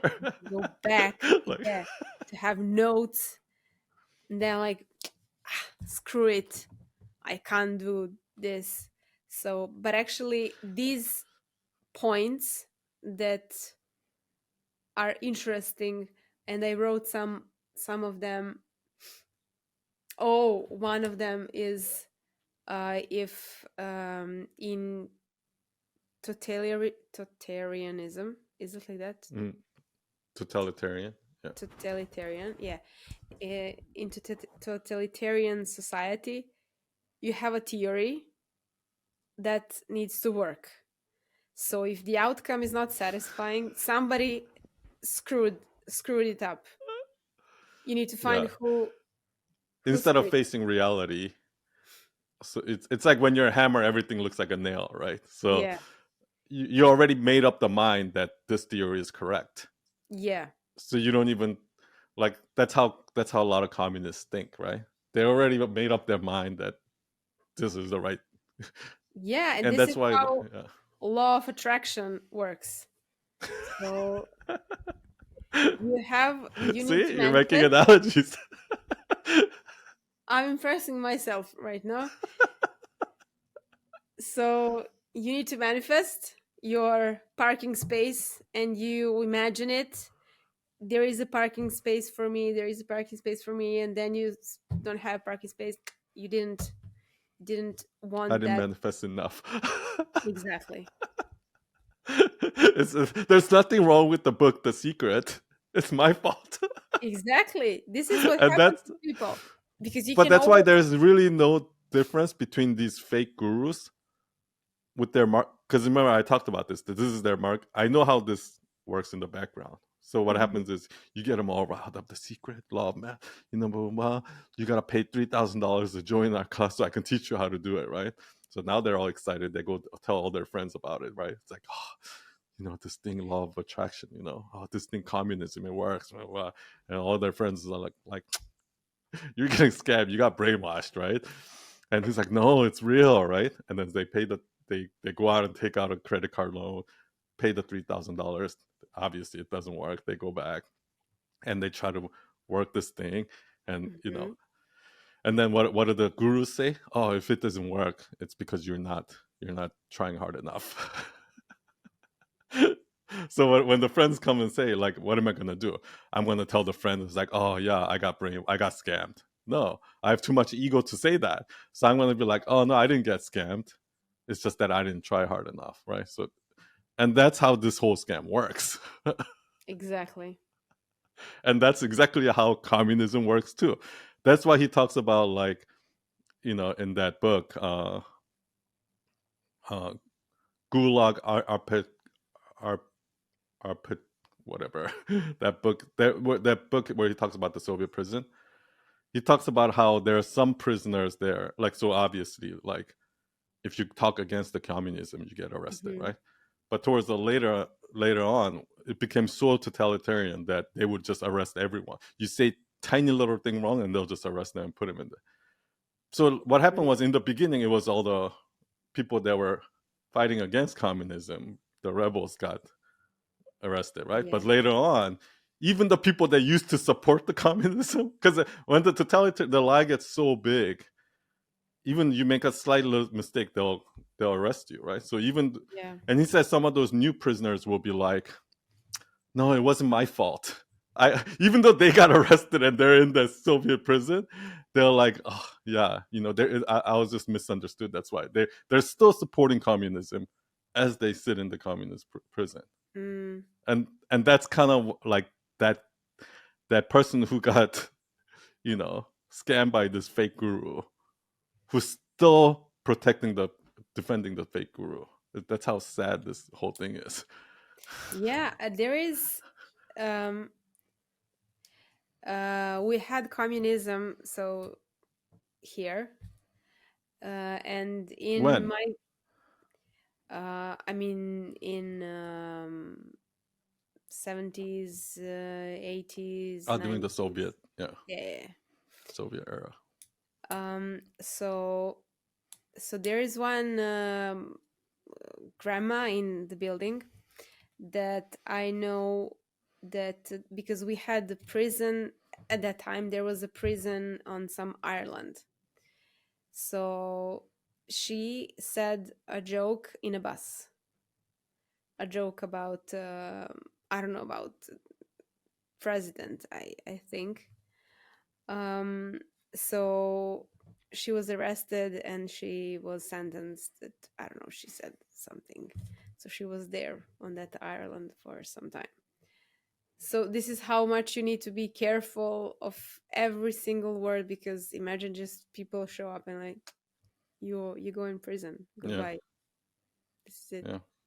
And it's also, I don't know if it was in that episode, but you know how Jordan Peterson talks about how people think that authoritarianism happens like, okay, there's some people on the top who's forcing these people to do that. Mm-hmm.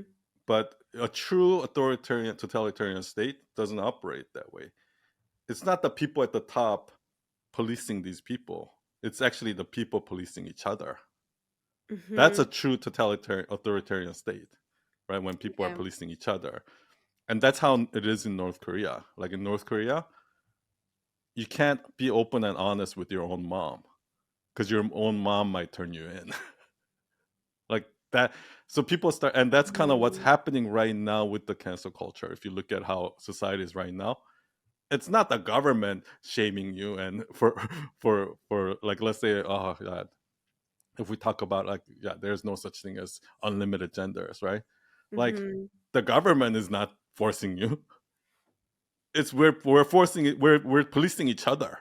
We're canceling each other and we're shaming each other. Yeah. And that's a true totalitarian state.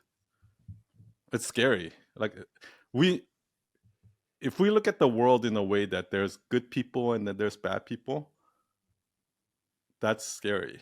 Unless we understand that what we're all capable of, that Mm, there's good and evil within all of us. And I actually think it was in that episode where he talks about how um, there's a book called um, I think it's called Average Men. okay.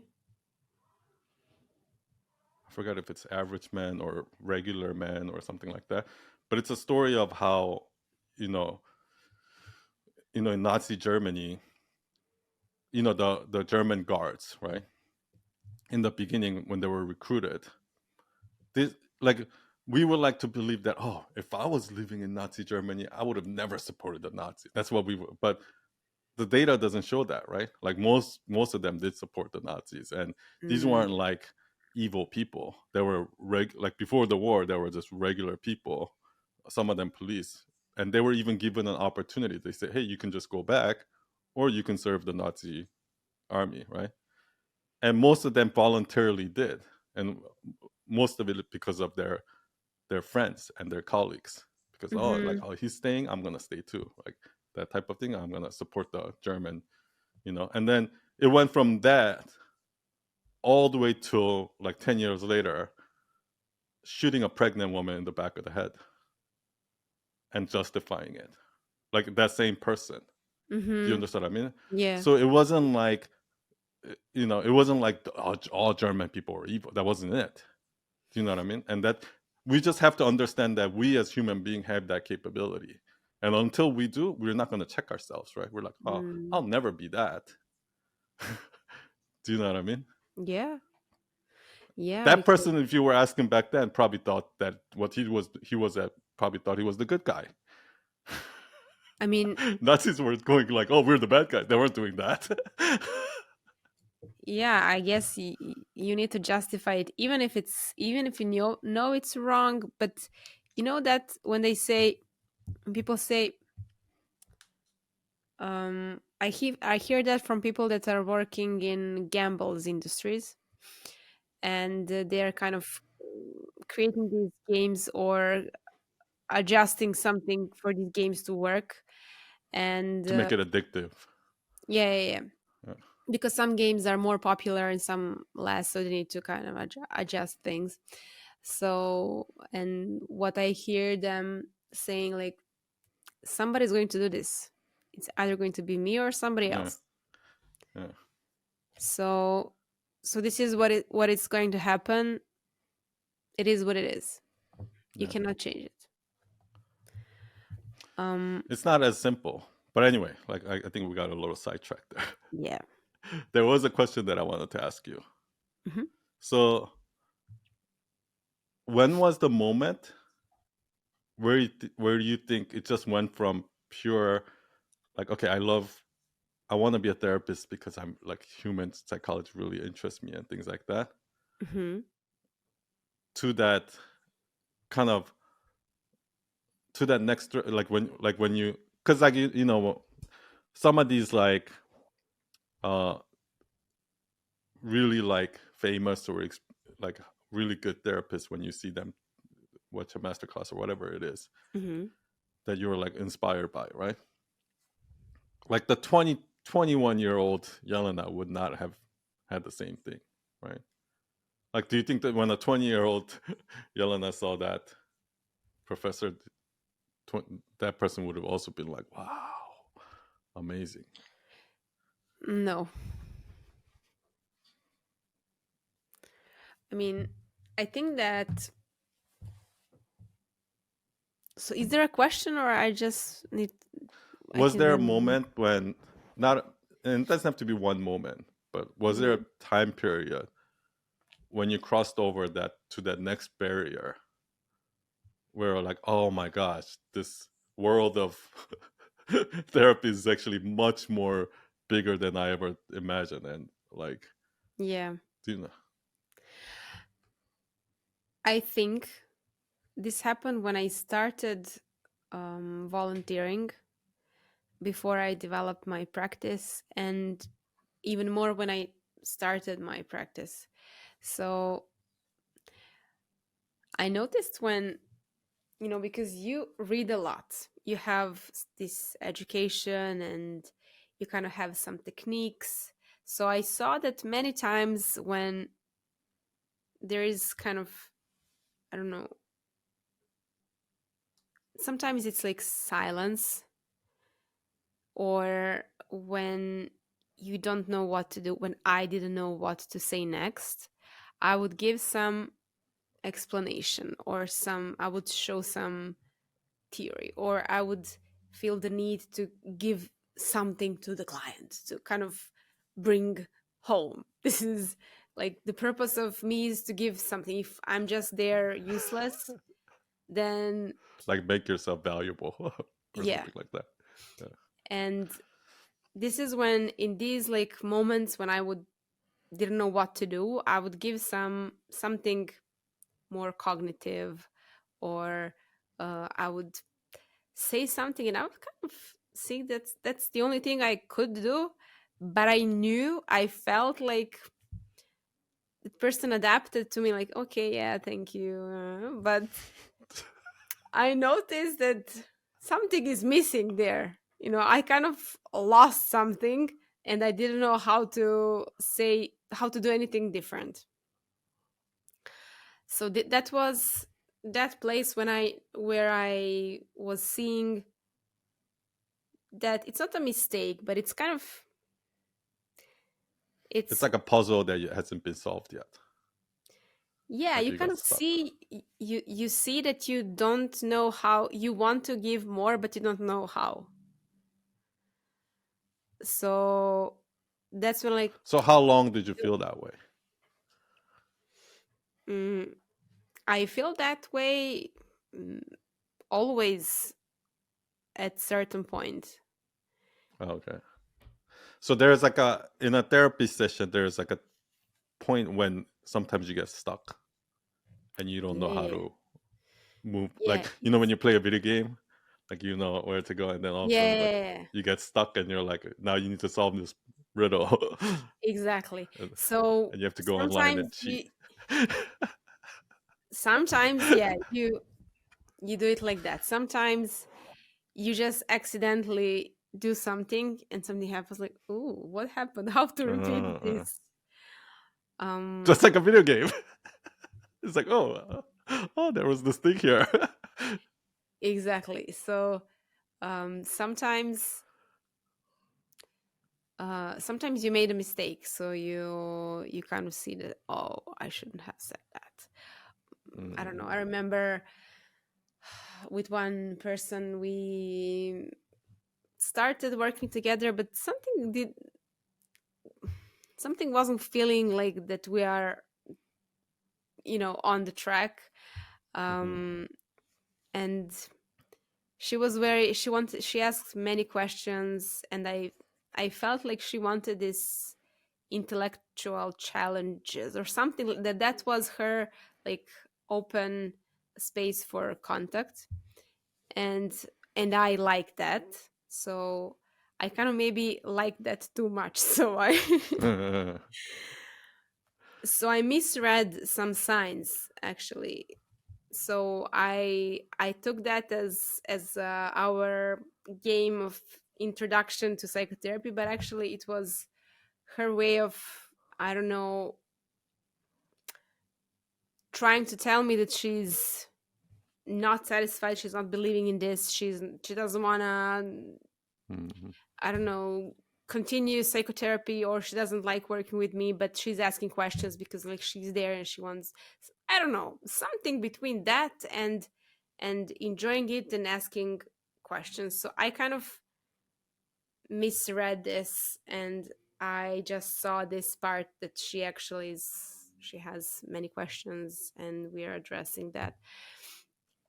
But eventually, when she said that she doesn't want to come anymore and that she doesn't feel that this is working, I I Is that the moment you realized that, or did you already realize that before she said? no, I realized that at Okay. our It was last already too session. late. Yeah. Yeah, yeah, yeah. So because I thought, okay, this is how, this is the only open thing for me to do. I don't see any other You don't have any open other thing. tools, like Not you tools, haven't but learned. in this case, no, in this case with her, everything was closed, only this was open.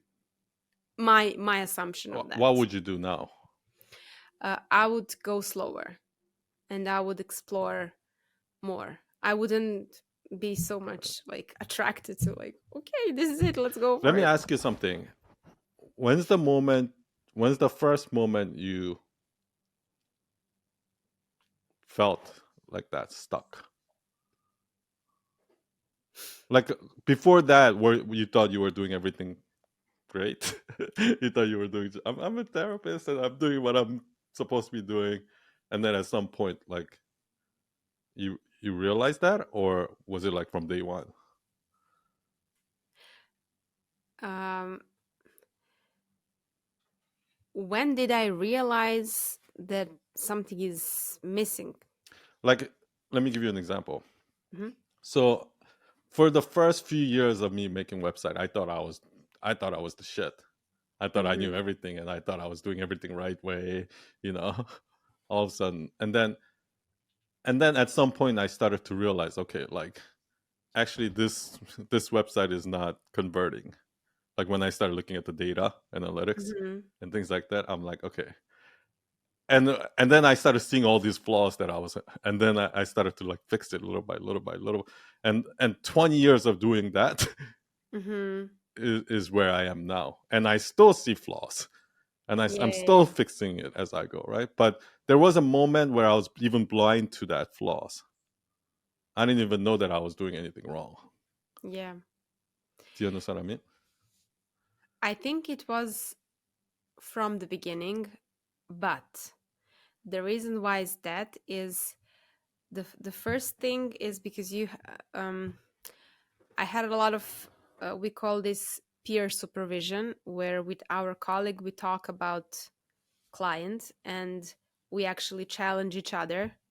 So I was talking about this colleague that was all by the book, and she would ask me, "Okay, why did you ask that? Okay, did you have contract? Did you do that?" And I was like, I didn't do this and that." Mm-hmm. So she would challenge me, even though I wouldn't do this.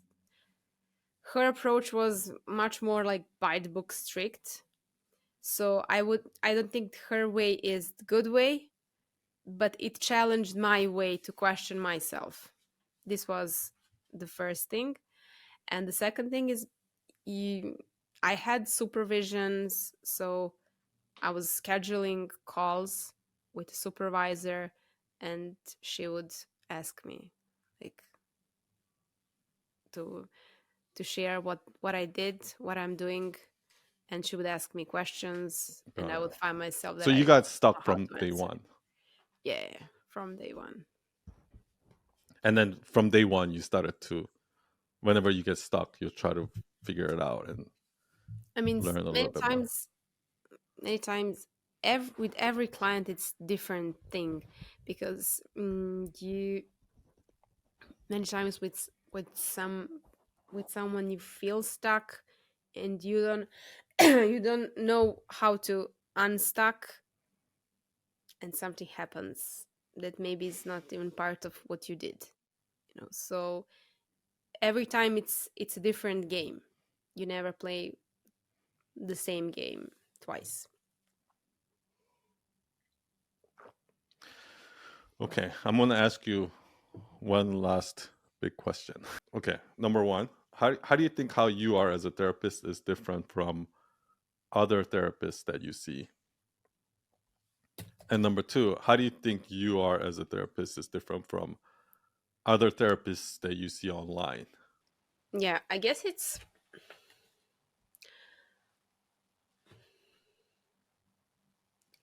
I Not online therapists, but like content creators. yeah, yeah, yeah, yeah.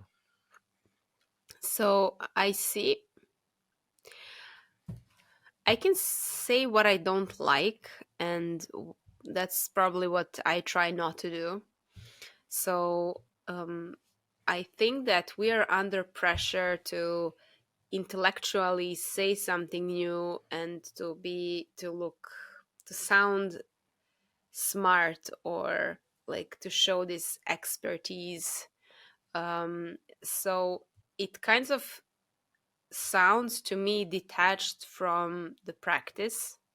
So um, we are Online? This is online? online, and also when I see some therapists or psychologists on TV speaking on some topic, or coaches, it sounds like everything is logical, but nobody has Do you any think use out of that. do you think So, most therapists are intellectuals?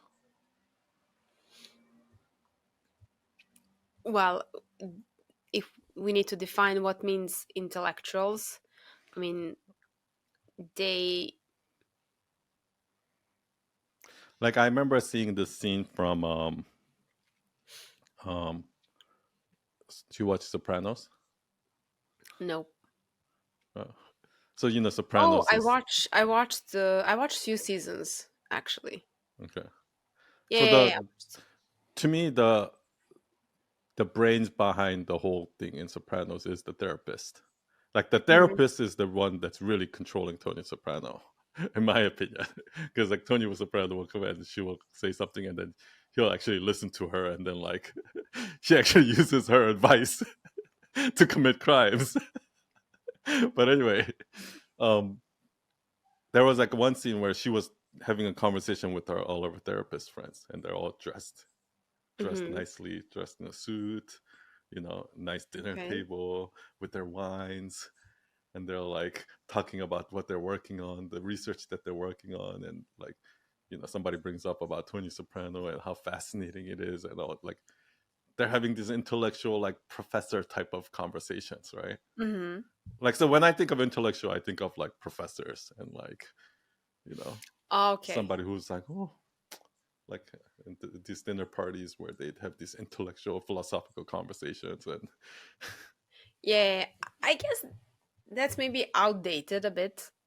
Mhm. That type of intellectual psychologist, maybe for older people.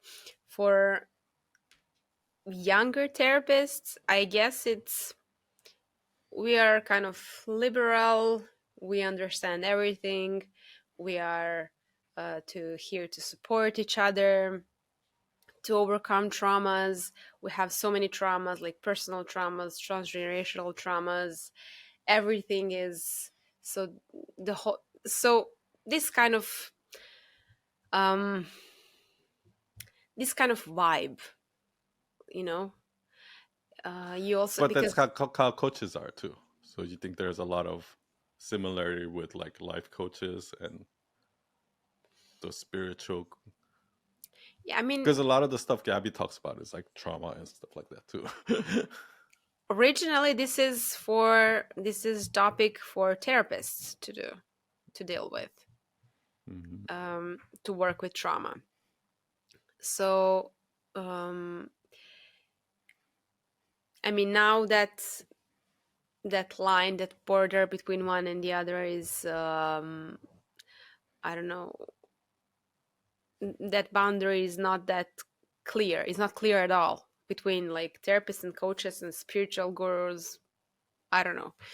So, but the whole vibe, I guess even for therapists, even if they maybe don't want to go in that kind of superficial level, I guess the whole attention that is going to this superficial level and coaches and those gurus is maybe influencing therapists to kind of go there to Jump over. Yeah. navigate to that direction, because this is the narrative, you know.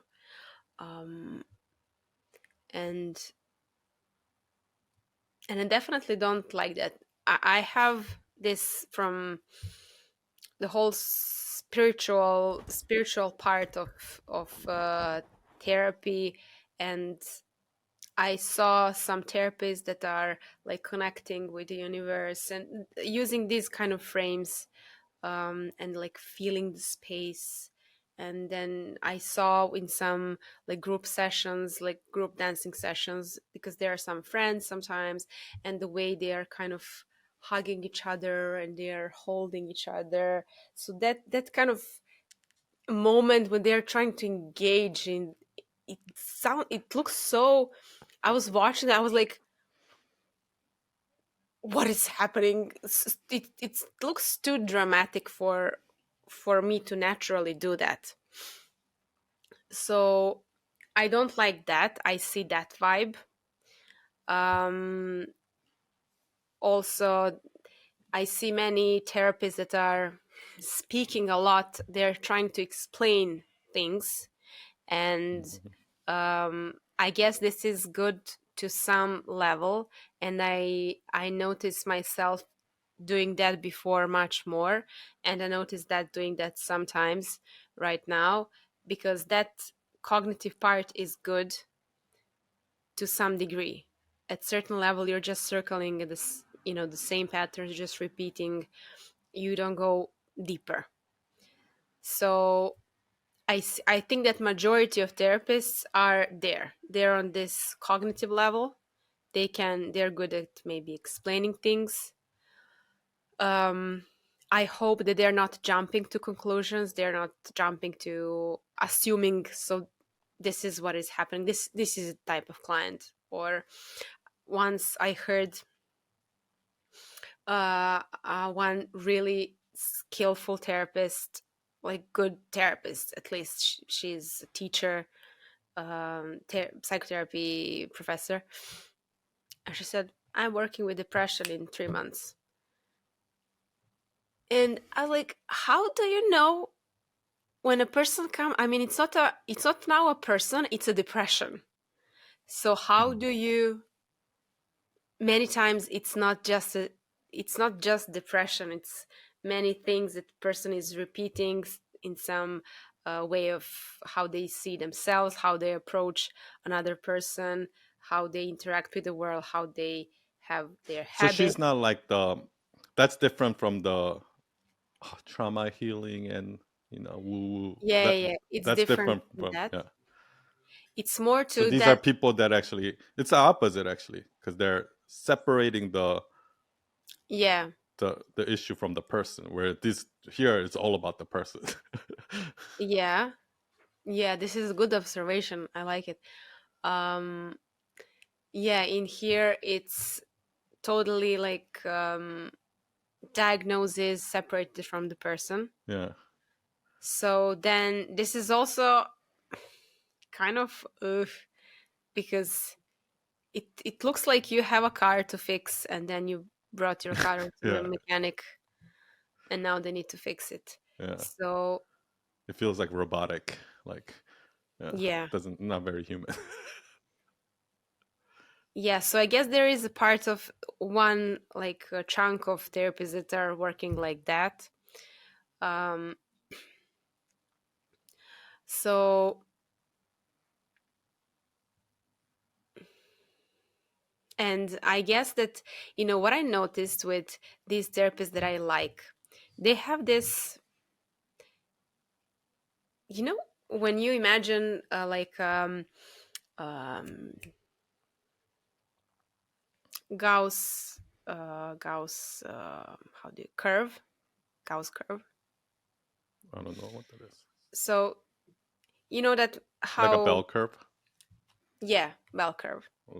like this, and then like that. Yeah, yeah. So that like the average is, Yeah. I don't know how many, is almost 70% of people is in the middle.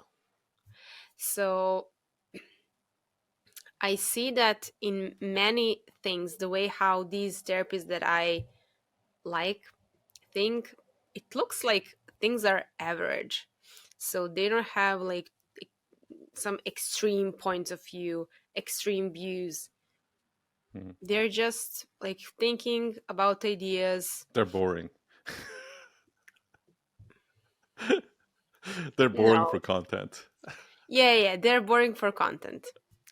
But they think in terms of majority, in terms of average person, they they are not amused with extremes. So this is what I see.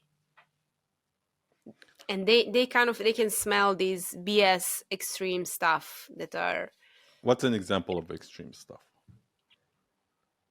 well, these these examples such as um, you're beautiful the way you are. Everything is, Oh, that's extreme. yeah, yeah, yeah. This is extreme in terms of like, Most people don't need that message, you think? yeah, like that kind of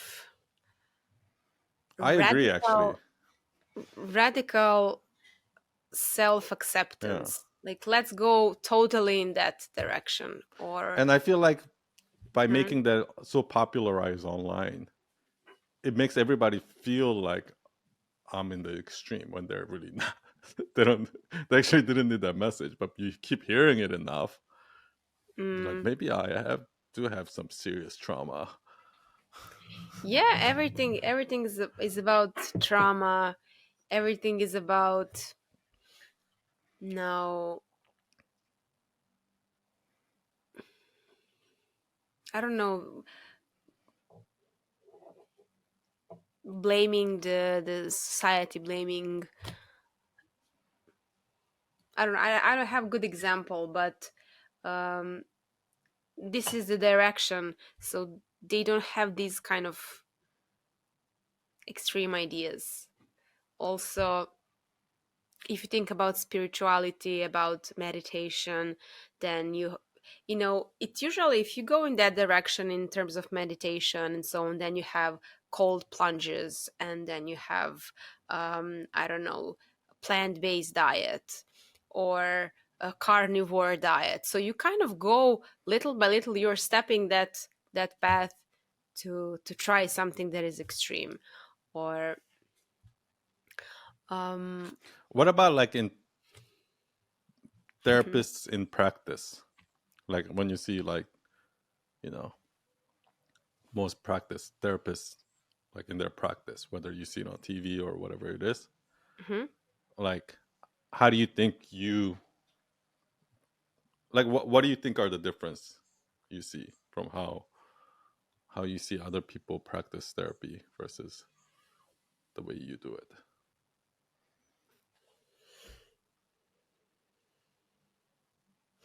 I mean, the thing is, you only can.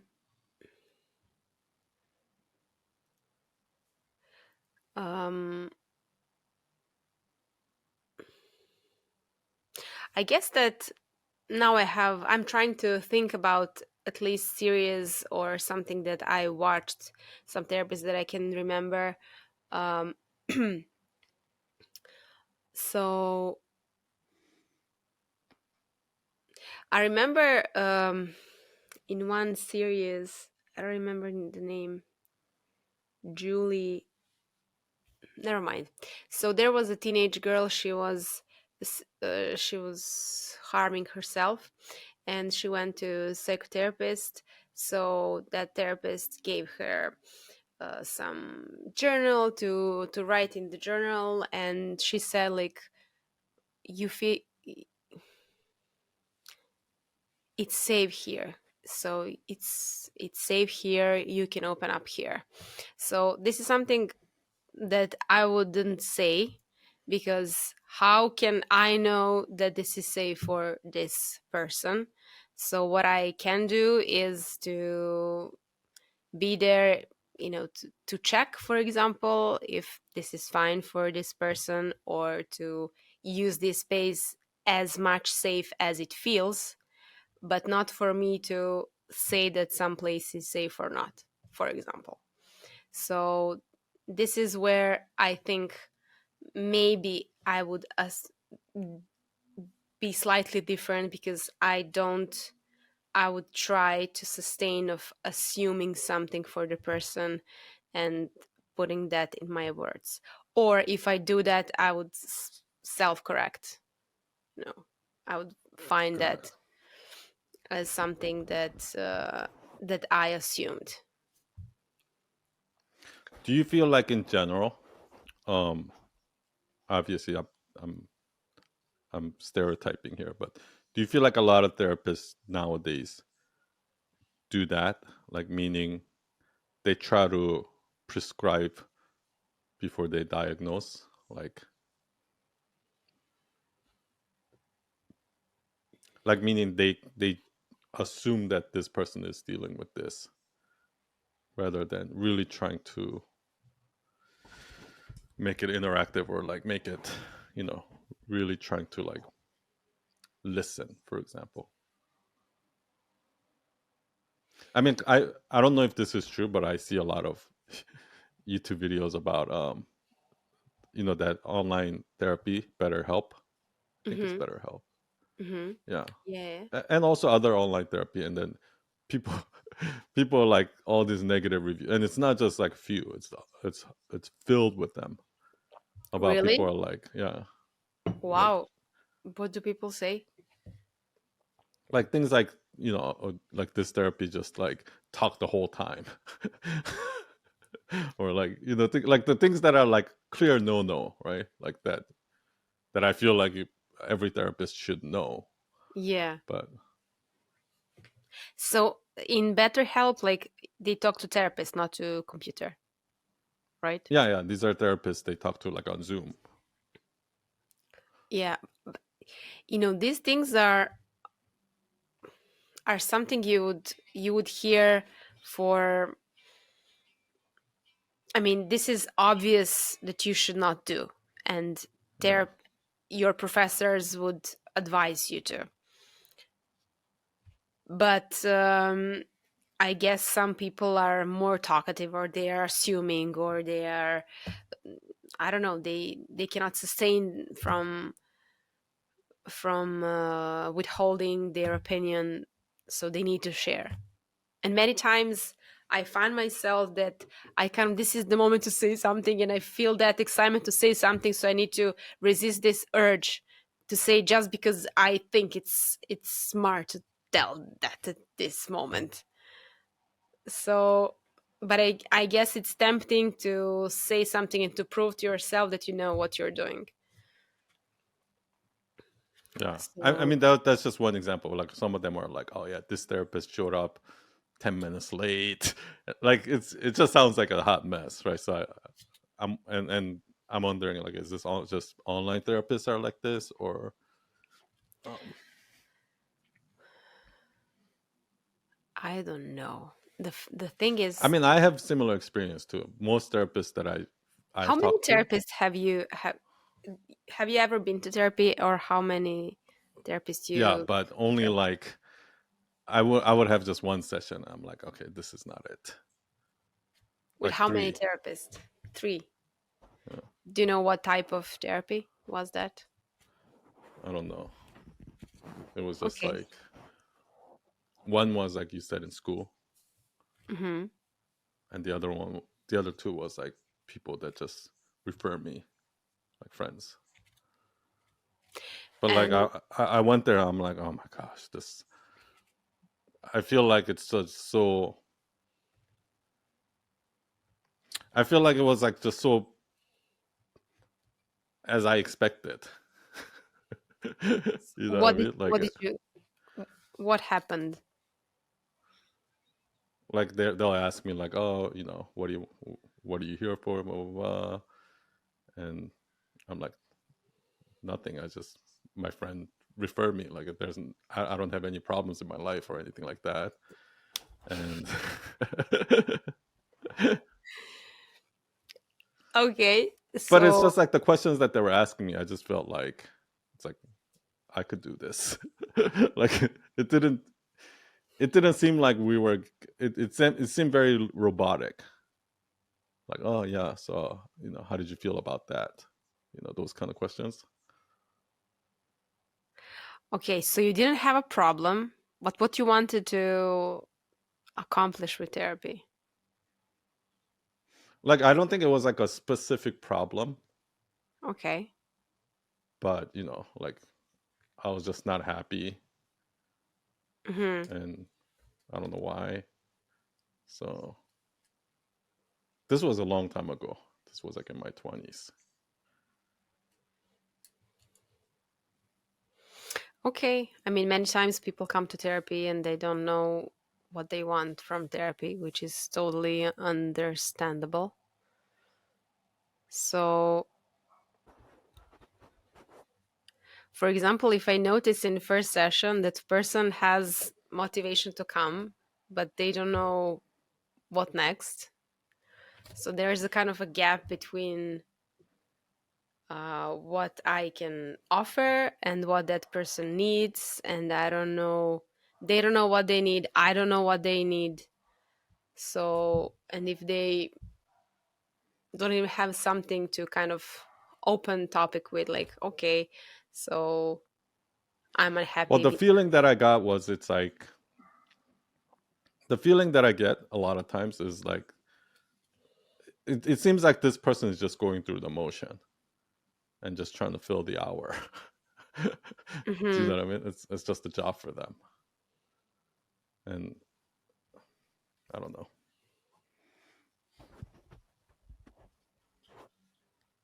Like when you go see a doctor, it's the Hmm. same thing. Like the doctor doesn't really care about you. You know what I mean? Like Yeah, yeah, they're yeah. like I remember I was watching this movie and this movie scene like named it perfectly. This doctor came in and didn't even look at the patient once. He's like, uh-huh. So you're having this problem. So I see here. Not even once looked at him and then just like walked out. And that's how it felt. Like it's very robotic, right? Like they're just diagnosing a car or something. Yeah. Yeah, well, that I wouldn't like to have that as experience. Um, I guess there was fun part missing because psychotherapy is so fun, and the concepts there and how to understand different parts of you that are conflicting, and so yeah, I guess there lacked some juice in your session, So let but me ask you this: mhm, if you if the first year you started seeing clients, right? mhm. How's that version of Yelena different from you right now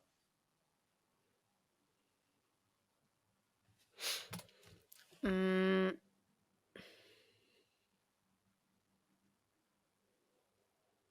as a therapist? Not just as a human being, but as a therapist. yeah. I would uh I would try to be more, let's say, structured. Yeah, I remember that my supervisor pointed out that I try to put things into structure because that would keep me in control of what is happening. So I would maybe not let you speak everything that is naturally, coming up. I would say, like, let's see how this is connected to where are we going for. So I would kind of maybe not cut person, but kind of, you know for some narrative more than some natural narrative, let's say it like that. um More like by the book. yeah, I would more avoid um silence. So I would, if I see that there is a silence coming, I would try to see like what's next. And many times that silence right now, Is that pretty normal for what? therapists? Like that they try to fill in the void? Mm-hmm.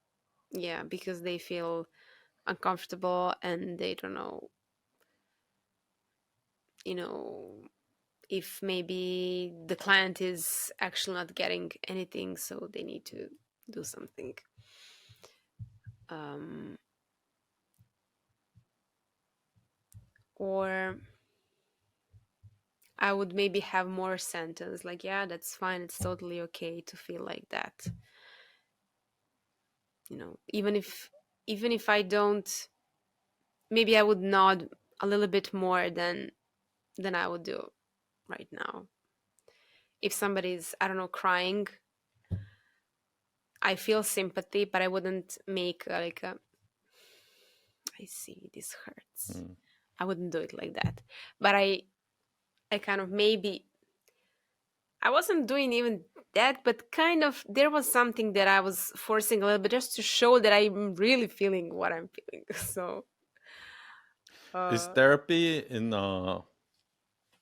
Serbia considered like a luxury? Like meaning, like here, there's two types of people that go to therapy, right? Rich people, mhm. and then really poor people. Like, and the so there's like the therapists, the therapies that people go because like they're forced to go by law, right? Whether they're addicts or they're like, mental Okay. illness or something like that, right? And then there's like the rich people, like the affluent, like upper middle class people who go to therapy because they're unhappy with life or they're, you know what I mean? They're like, um, it's like they have rich people problems, right? Mhm. So depression or whatever it is, For right? average people don't go to therapy? I think most middle class people don't go to therapy. Like, first of all, they're not going to spend $100, $150 an hour. Then, like, middle class is working class, right? Mhm. So if you're making $100,000 a year, that's upper middle class already. Or even if you're like making it. So most people that live in the city that are like have an have an office job, most of them are like upper middle class. Mhm. And they don't Middle do. class is more like, you know, people who work as a waiter, Mhm. or work in the, maybe they do work in the office, but like they're like a entry level. There's, So how much they earn per month? well, it's different than there, right? So Yeah, yeah, but I wanted I to. would say here, like if your average household income is like $50,000, 40 to $50,000, I would consider that middle class, maybe even uh, lower. this is one person or household? Household, So like this per is two. household. Yeah. This is two people. Two or sometimes like a family. You said So like I would 50. say if you're here and you work in a Home Depot or something, right? Or like at Walmart or Okay. something like that, I would consider that a middle class. If you work in an office and you're like a manager or above, Mm-hmm. I would probably consider that upper middle class. Like So most people in Night Owl Nation, I would consider probably upper middle class. the ones that are like in the US, or I mean, Mm-hmm. okay, anyone that goes to that spends like money to go to a yoga retreat. Like middle class people don't go to yoga retreat. They like they barely have money to pay for gas, Mm-hmm. especially right now. They're not going to spend money on therapists. Yeah. So So I, well, I guess what I'm trying to say is like they're either government mandated therapy, where somebody who was violent or something like that are yeah. like kind of like Goodwill Hunting, like the court made them go, or they have rich people problems. Do you understand what I mean? Yeah. Um, I guess maybe in Serbia it's a little bit more affordable than in US. I mean, salaries are lower. That's why I wanted to count percentage of salary that would go on therapy in Serbia and in US. So I think percentage. it's not really about percentage, but like do people see it as like a necessity or not? I guess is what I'm trying to say. I mean, it's different from like Belgrade is different from other cities because the more you go to smaller cities and like on a countryside, people don't take therapy. Like But food, gas, rent, these are necessity that they have to pay for, right? yeah, And then, you know, like I would say after that, like, you know, going yeah, to yeah, the definitely gym, it's not a necessity. Definitely, it's not a necessity in that terms. It is a luxury. mhm. Um, but I know many people that are not like upper middle class, that are more into middle class, that are taking therapy, and it is affordable if you have therapists that are in the beginning. um you have therapists that will in the beginning of their practice will charge only for the cost of renting space for an hour. So if it takes you $5 per So it's like hour. a very normal thing. I mean, in Belgrade, Okay. and this is my assumption, but maybe I'm probably biased because I'm in a silos, you know, Like if and you walk down to the street right now mhm. and ask 100 people, like how many of you guys see therapists? How many people do you think will say I see Like therapists? right now or ever in life.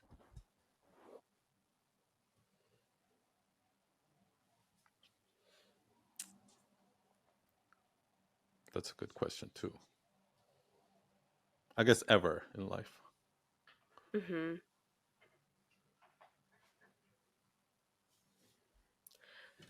Well, maybe then, maybe not that much. I mean, I can maybe investigate. The reason why I'm asking is it sounds like to me Hmm. from the stories that I hear about you and your personality and all of that.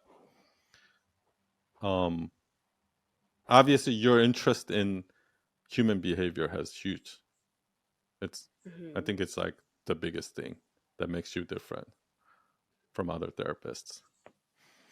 Because like I feel like other therapists are either like the ones that I see on Instagram or something like that. Maybe it's has a little bit of that woo woo. Oh, Hmm. I want to feel good, like the manufactured trauma and healing industry, right? Like that's like it's almost like a trend. It feels like, Hmm. kind of like Instagram trends you see, Yeah. and everybody's maybe just kind of like hopping onto that trend. And then there's, I think, therapists that are like just kind of very robotic, like, okay, I'm a therapist, and it's a good job, and And like here, because a lot of them are kind of upper middle class people, like a lot of the people that I know that go therapy, I feel like they go because they just, I feel like a lot of them go, they love to go there and vent and talk their Mm-hmm. feelings out because nobody will listen to them, and it just feels good. And it's like a literally like a therapy session. Like that's what I think of when people say, "Oh, it's like a therapy session." It's like, "Oh, it feels good to just let it out," right? Mm-hmm. But they're not really fixing any problems. That's why they need to keep coming back week Yeah. after week after week. It's just like it's not fixing anything. It's just a place for you to vent, right? And Mm-hmm. like maybe it's related to that whole, oh, it's like, oh, feeling, it's okay to cry, it's okay to like that kind of whole coddling thing. And then but I feel like what makes you different is that you're actually kind of um looking at the looking at the problem, and you're actually interested in solving the problem, right? Whatever it is, because you're looking at the how they react, like what their brain might be going through, like what their behaviors are and things like that. And you're actually like curious about how what's going on here, and what can I do to solve this. Mm-hmm. Whereas I feel like most therapists, I mean, the therapists themselves will probably never agree with me, obviously, but just from looking at it from outside, it seems like they have no interest in actually solving the problem. They just have an interest in patching it up temporarily, Mm-hmm.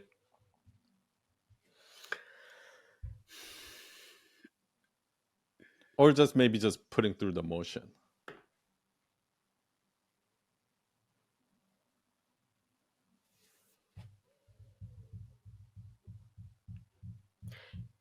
Yeah. I'm now having an idea because I'm definitely, it looks like I'm blindsided with, I just see that direction that I like and that I want to see. I'm totally neglecting everything else. Yeah, I'm totally avoiding this other side because when I think about therapists, now I have on my mind one therapist that is brilliant, and I'm taking like a group sessions. So every time I see her talk, I see nuances that she's noticing. So I'm lively seeing while I'm participating in the group actually how patient and how observant she is. So I'm focused on those therapists that are really good and I can learn something from them.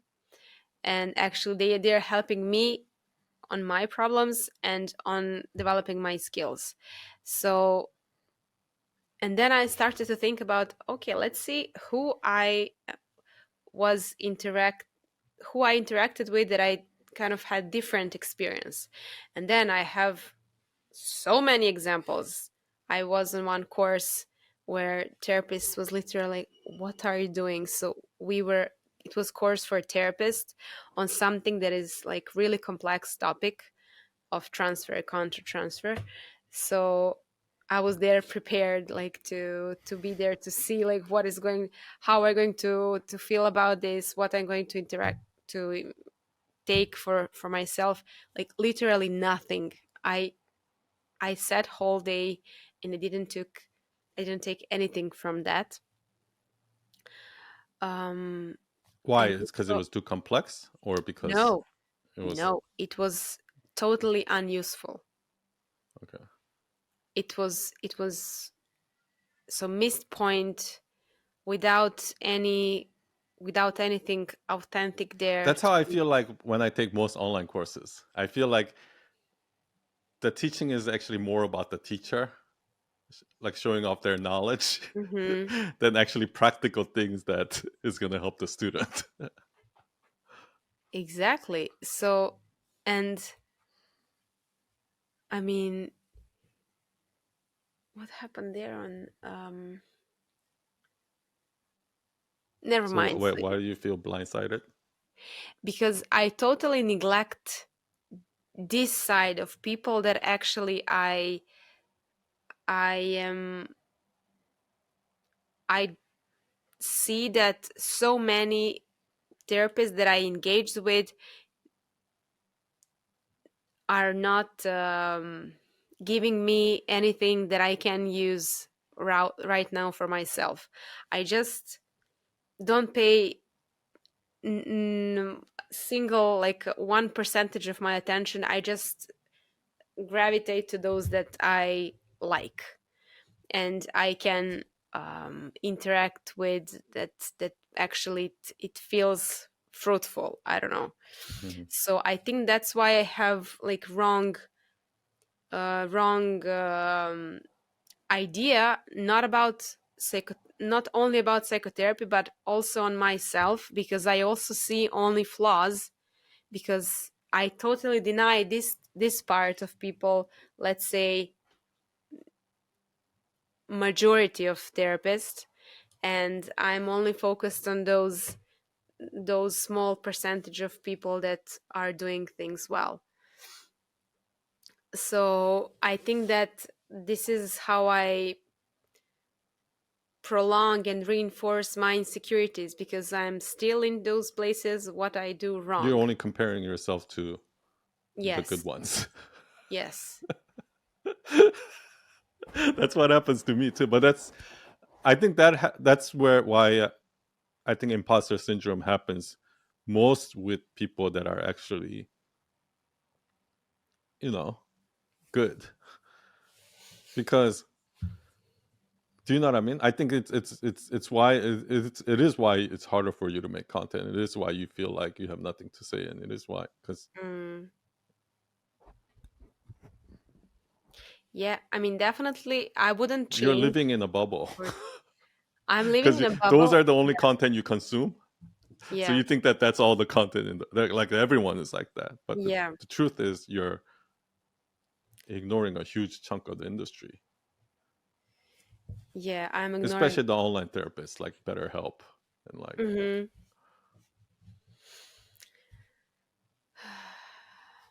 Truth. So I will make a list for myself for private uh, educational purposes. A list of therapists that I admire and I look up to, and list of therapists that I don't look up to.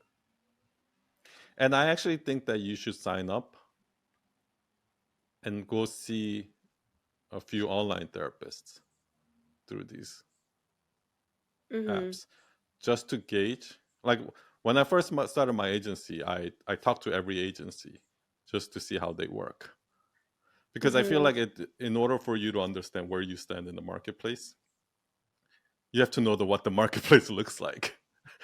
Yeah. Do you understand what I mean?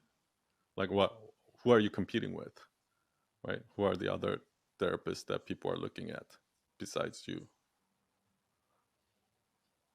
Like an average person, not like the ones up there. You know So what I I mean? should book like free consulting, like they have like 20 minutes, 30 minutes of Yeah. um I mean, I didn't even know that they had that, but if they do, you definitely should. Like, I think you should see a few therapists, like an average therapist, mhm, like in Serbia, and then also maybe some average therapists in like these apps like BetterHelp or I don't know what the other ones are. Just to kind of see gauge for yourself, like, okay, where do I stand? mhm. What level am I? And what makes me different than others? I mean, I just like just this is like totally me shot in the dark guessing. But if I had to take a guess, just from my experience of like my friends talking about therapy and Mhm. the therapists that I see, and also the therapists that I see on TV and therapists that I see on Instagram and things like that, I don't think most therapists actually have a genuine interest of solving this puzzle, which is the client Mm-hmm. has a problem. The client has a problem, and there's a puzzle that needs to be solved, right? A lot of them have their interest is like, oh, is number one is superficial. It's being a therapist. Oh, I'm a therapist, right? Like Yeah. some of them might be that. Some of them might be like, maybe they like the whole trauma healing and like that whole emotion, that whole woo stuff. Maybe some people just want to be an Instagram influencer. I don't know what it is, right? Mm-hmm. But I see the same thing in designers. Most designers that I know are not in it for the pure love of the design. They think they are. Everybody thinks they are. But people that are pure love of design don't actually care about all this transcend and Yeah. like how it's supposed to be done, or even tools or things like that, right? Amateurs care about tools. The people, like, there are people who in finance world who truly truly love economics and get really deep, and Mm-hmm. that those are the people past that stage of that barrier. So I can kind of sense when somebody's like truly have the pure love of that thing Mm-hmm. versus they like the idea of being a therapist. They like the idea of being a designer. They like the idea of being a coach because Yeah. it's like the hot thing right now or something like that, right? And you know, you have a pure you have a pure interest in human psychology and how to solve that puzzle. So if somebody actually wants to solve that puzzle, somebody actually want to fix problems, like they should go see you. If somebody just wants to go there and feel good and cry and talk and Mm. play the victim, then there's plenty of other therapists that can go for that, right? Yeah. Well, if this is not a recommendation, so please, people in the community that are watching right now, if you need some help, like remember me. um, yes, I guess I. And I I. also think that, just like I say in sales, people can Mm-hmm. feel, like I can feel it when I'm talking or something like that. Mm-hmm. Like when I'm talking to you, for example, um, I can feel that your interest is genuine, Mm-hmm. meaning you genuinely want to see, like, and not just from things I say. Like I can tell that you're paying attention to every facial expression and how I react and all of those things. Whereas when I talk to somebody who's a coach or therapist, like I can I can sense when they're not genuinely interested in what I have to say or what my problems are. What they're interested in is what advice they can give me. That's where Mm-hmm. their interest is, right? So that's like a huge, and that part you don't even have to, even have to be said. Like if somebody talks to you, they'll feel it right away. Yeah, this definitely goes natural. Which actually leads to, you should do those free sessions. Actually, those free um, discovery sessions, Mm-hmm. because I feel like you'll get a lot of them. A lot of them will become clients. That's the feeling that I get if they just jump on a 30-minute discovery session with you. Yeah, I'm actually doing that. It's a link there, so um, Can I sometimes. ask you, Mhm. out of people who do discovery session, how many of them become clients? I mean, the Like what thing is, percentage? yeah, the thing is, it's usually people. It was actually always people in Serbian, so they come by some referral and they book then discovery session just to have like to test it out. But they are already there, maybe 80% before we Mm. have this call.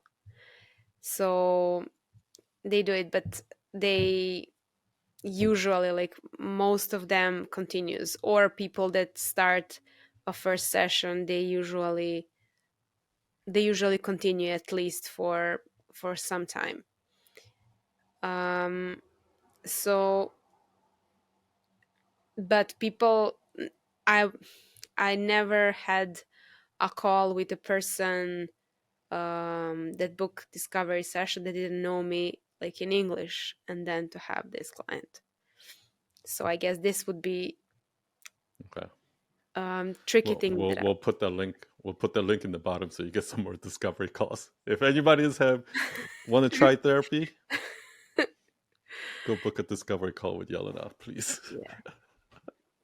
Is there any things that you specialize in, like um relationships?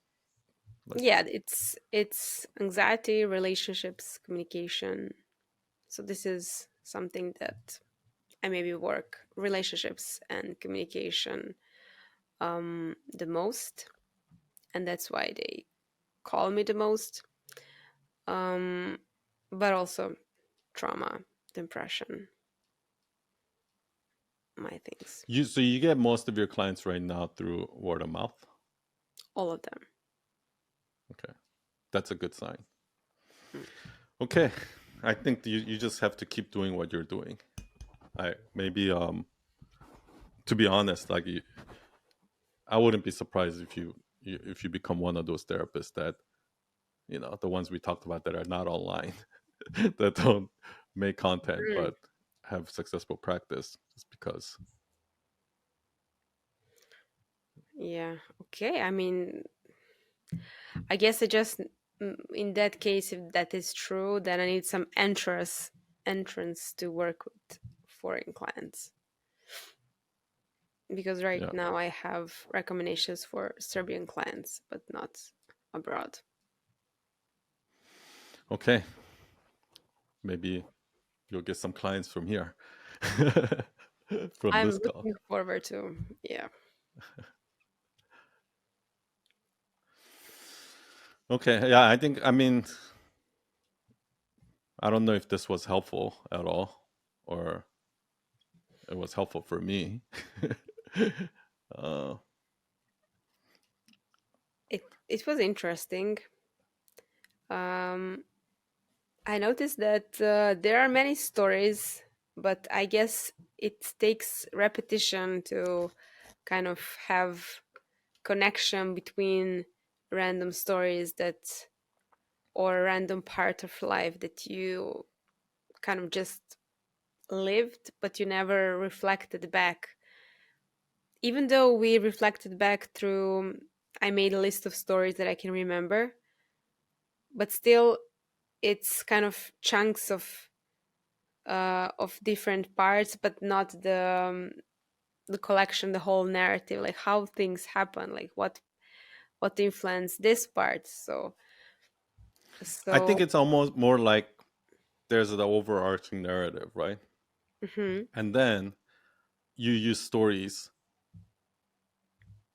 You pick one example story to demonstrate this part, another Yeah. example to demonstrate this part. So, for example, like let's say your story is like you've always naturally had Mhm.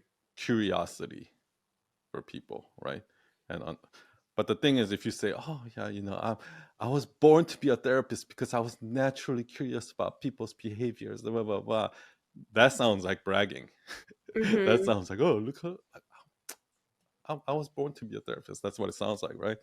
Yeah. So the way I would tell that story is, I would say, I always had. I would I would start out with how I thought it was a negative trait, right? I was always so nosy. I want to, I want to, like Mhm. butt my nose into other people's business. Like I would, you know, I went to my cousins. Like I was like, sneaking in my cousin and her boyfriend to see what are you doing, or like, like those kind of like. So you're giving an example of a specific thing that memory, right? Mhm. To demonstrate that you were nosy, and then you show the arc of like how that actually benefited you, because you're so you love like when people tell you their problems, or Mm-hmm. people talk about like dramas in their life or whatever it is. You're always curious, and you're and then maybe there's another turning point where you like I feel like the biggest turning point that I hear is when you start talking about like you're going to see this lectures or whatever it is, where Mm-hmm. you see how they work with the patient, and like how those subtle languages Yeah. and whatever it is, right?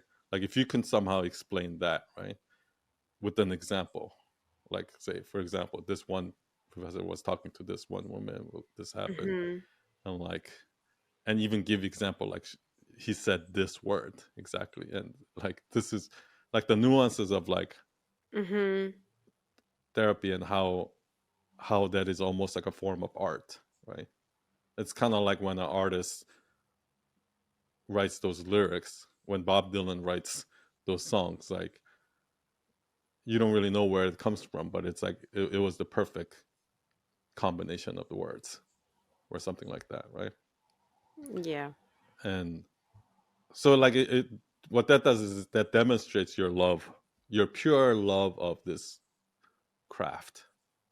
It's almost like this is a craft, like painting or Mm-hmm. sculpture, right? And people don't think of psychotherapy like that, right? But it's like it seems almost like you look at psychotherapy almost as like a craft, like a work of art, like somebody building a handmade furniture or something like that. Mm-hmm. True. True. When you said that, I try to come to that moment when I first actually discovered this. It's called integrative TA, and there is one old therapist. He's like 70 something years old, and the way he would even tone his voice. Imagine like a father telling something to a 3-year old kid. So they would kind of say like, hey, we're doing this for this reason, Mhm. but also like saying some serious sentence in that voice. Yeah, I know exactly what you mean. There's a scene. I want you to watch this out. Maybe I'll send it to you. Okay. From Wolf of Wall Street. Mm-hmm. You know which movie I'm talking about? Wolf of Wall Street mm, I think I know, but with I'm not Leonardo DiCaprio. yeah, Yeah. yeah, So where he's a stockbroker and he sells stocks, right? And he goes into yeah. this Mm-hmm. job where he's supposed to sell these shitty stocks over the phone. And then he goes in, he's like a master salesperson. He goes in there, he picks up the phone, he's like, hey, I like to talk to you about blah blah blah.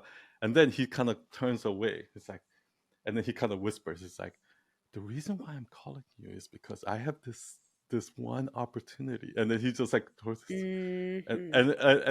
and then he kind of builds it up, and it's like, and it's gonna be like, so like you could it's like a work, like the way he does this call is like a work of art, right? Yeah. And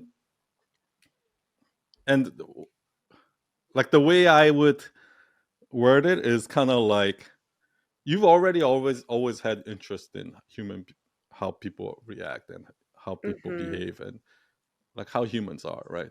You're interested in people, right? And watch people watching and all of those things, right? Like nosy, almost nosy, right? Like a little bit voyeuristic, right? So you've already had that part down, right? Mm-hmm. Like, how's this person? But then now, how can you affect? Like, yes, you understand what they're going through and you understand what the problem is. Mm-hmm. How can I now? But that's just one way, right?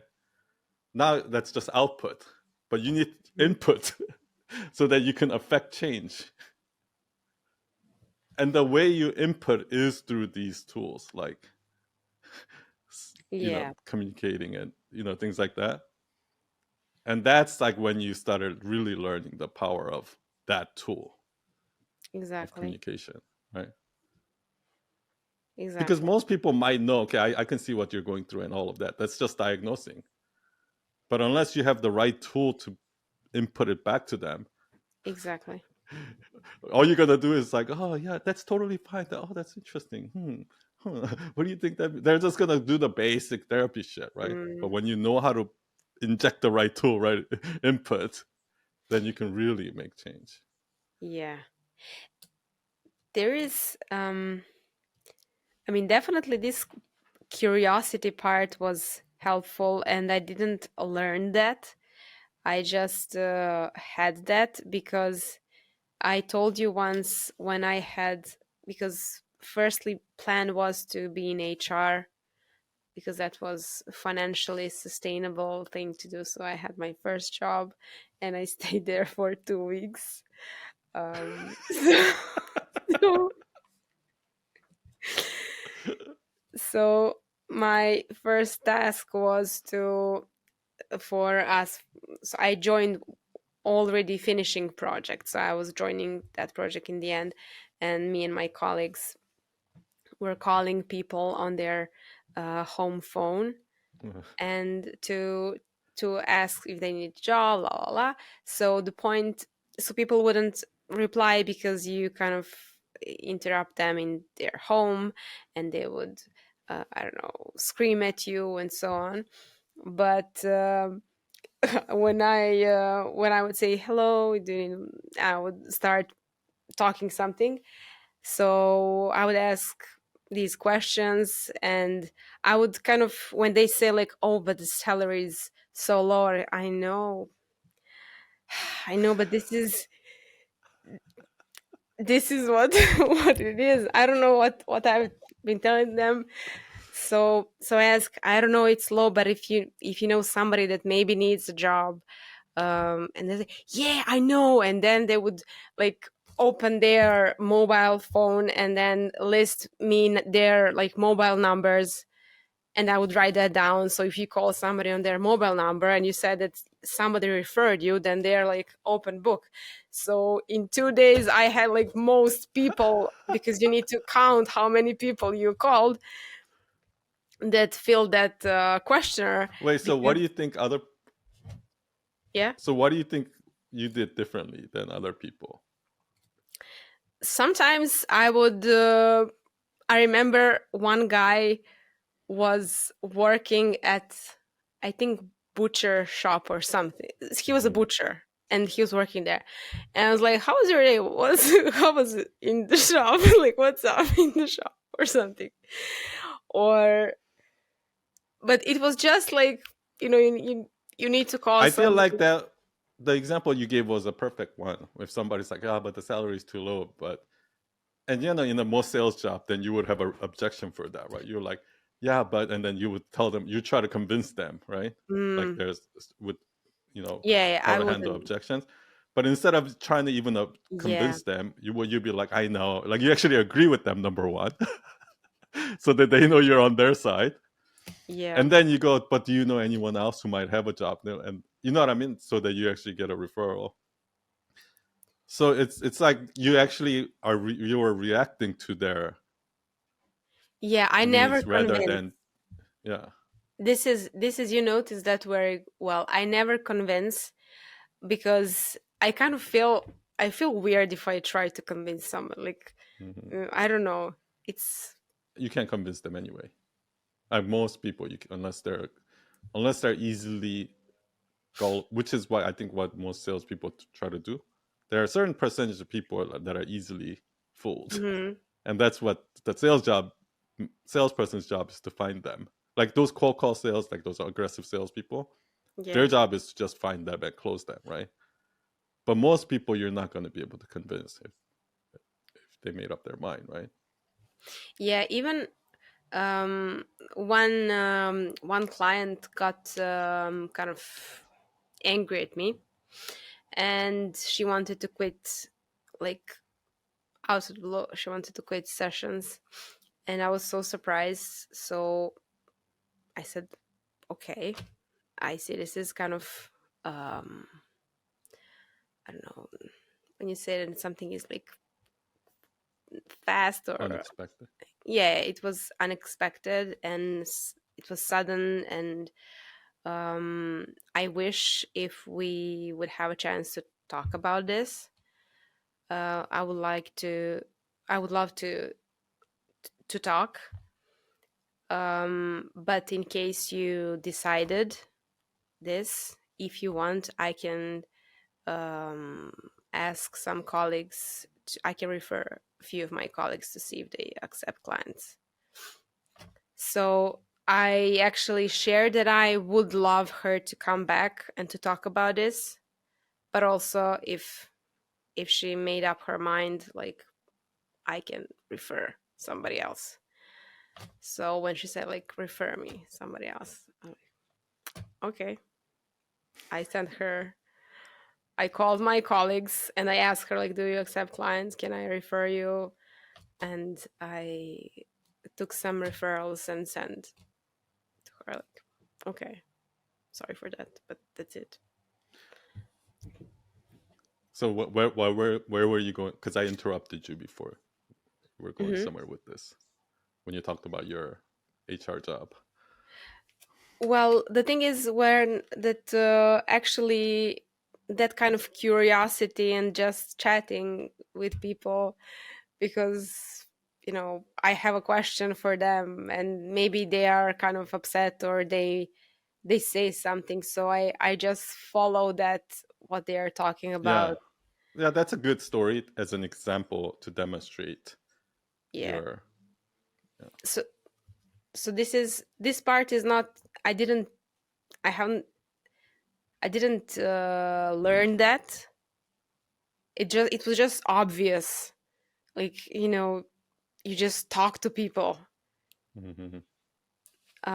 But the other thing, like this subtle thing to like what this person did with adjusting their voice, and also you need to adjust the affect, because I mean, if somebody is saying something that is funny, sometimes people joke about something that is, when something that is telling something bad about them. God, I'm so stupid. Yeah, like yeah, like you know self-defecating jokes. yeah. So it's kind of tricky if you laugh. You Yeah, need to notice if this is, because if you, it's also sometimes a little bit of a test for a client, for a therapist, um, to see if they're also thinking like they're ridiculous or not. So if you laugh, you kind of go along with the client, which means that you also think that they are, I don't know, stupid. But if you don't laugh, then it is kind of a sign. you're like, what do I do? Yeah, it's kind of a sign that you're ruining the moment. So client wants to Mhm. say something funny, and you need to kind of see which way to go, because I have some client that for her it's regular. When things are too intensive, she made jokes, and so it's we are aware of that, and it's jokes about herself usually or something ridiculous. So in her case, it's kind of, when we laugh, it means that okay, we need a break a little bit from this, and then we will come back to what we are talking about. But for some other people, it means that you're kind of laughing at their face and that you are judging them, even though if you So don't. how do you decide? From It depends from the context and from the joke. Like I you mean, just have to feel it out every time. yeah, but definitely if it's something that it's showing how person is bad or incapable, you know, you kind of read between the lines. And even many times when you hear that, it's not funny because you read what is underneath that. And then they start to notice how they are doing that, and they some long enough, if you do that, they cannot joke and laugh that much because they are aware of what that actually means, you know.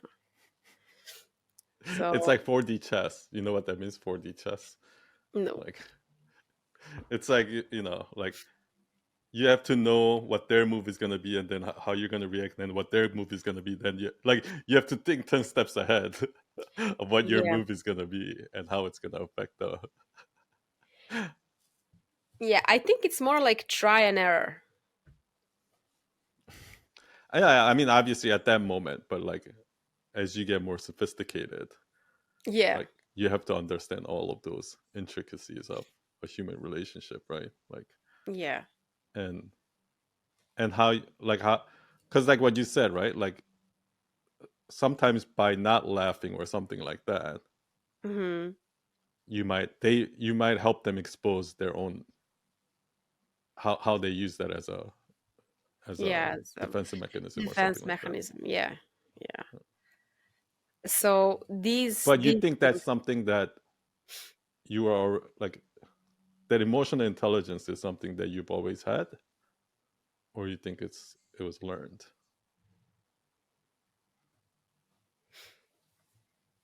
mm, I think it was learned, and it was part of my personal therapy, um and also how I then like expressed it in my personal life, and then how I learned it. I don't think I had that much of. I could notice if somebody's feeling comfortable or uncomfortable, but I wouldn't know what to do with that. Instead of maybe, I don't know, making some doing something to kind of cheer them up or something like that. But I wouldn't know how to be like support. I wouldn't know to shut up if somebody's feeling something. I would try to advise or to figure out Like it's not because you didn't know solution. what to do, but it's just it's your emotions or something like that. I wouldn't know Like you how feel to nervous. be more subtle in. You know what would be really interesting? Like I think you'll be great at teaching emotional like emotional intelligence or even sales. Like it would be so interesting if you just watch people in sales meetings or sales calls. Like if you Mhm. just let's say spend few days just watching people doing sales calls or sales meetings, right? And how they Okay. interact and try to pay attention to what's happening there and that's like see what's going on and try to dissect it and see what this person could have said better to like I actually think you could probably learn so much about how people do sales wrong and what advice you will give them. You know, Wow. Where can I watch that? I don't know. Or even I think it'll be really interesting. You know what would be super interesting? I watched this. I follow this YouTube channel where this guy's a comedian, Mhm. and what he does is he just listens to all those comedian podcasts like Joe Rogan and all these comedians have podcasts, right? And he try to pay attention to those subtle like when things get awkward, like he try to figure out why it got awkward, or like when somebody's Really? kind of like passive aggressively attacking this person, right? Like or somebody's like showing off and making it all about them. Like he'll point out like, oh, this comedian like he likes to always like make turn everything about them. He's a narcissist, and then he'll play clips and he's like and he'll explain it play by play. It's like this. You see what's happening is like No this person is way. clearly trying to do this, but you know what I mean. It's so fucking interesting. Who I'll is that send it to guy? you. Please I do. think it's called podcast something. I'll send you the YouTube channel. There's a couple of them, but it's so interesting how I actually you know what there will be a super interesting. um, YouTube channel to watch if you did something like that, where you you go through these podcasts Mm-hmm. and you just kind of like either, or like if you see celebrities interviewing and you kind of see like, okay, you can tell that this person right now is feeling a little insecure Mm-hmm. because of this. Yeah, you have those behavioral analysts and Yeah, I feel coach. like you would be really good at that. Yeah. I don't know. I was watching some behavioral analysts. There's a guy, behavioral arts or something like that. And he pays attention to these. I hear myself. I guess you're I know, because okay. my AirPods died. Okay. Let me see I'll if I can survive. plug this in. I'll survive. I don't hear myself anymore. Well, because I'm. Do you still hear you hear yourself now? I think it's okay if we take turns talking. Go Okay. ahead. So this guy was analyzing Johnny Depp Amber Heard trial and a reaction, like facial expression of each of them and how authentic they are.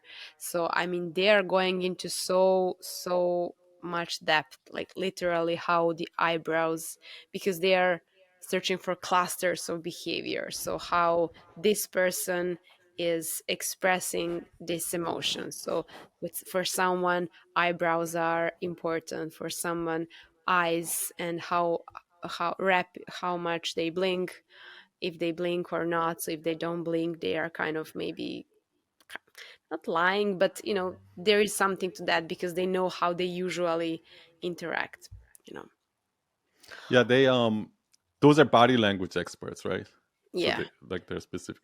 This guy is not. He's just a comedian, Mm-hmm. but I think he just knows these persons so well because he watched them so many times. Oh, So okay. he just kind of knows how these comedians are, and like sometimes he'll bring up, like, if you see here, he talks about this, but you know, like 6 months ago he was on this podcast where he talked about this, and he'll link them, and like, it's so. I'll send it to you.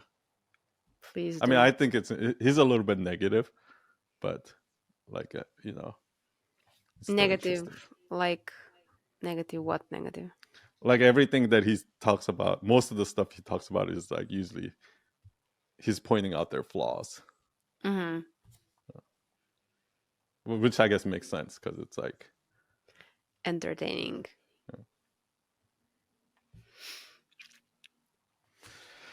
all right. Do you have anything Okay. else to add? Anything else you want to say? No, I had a great time.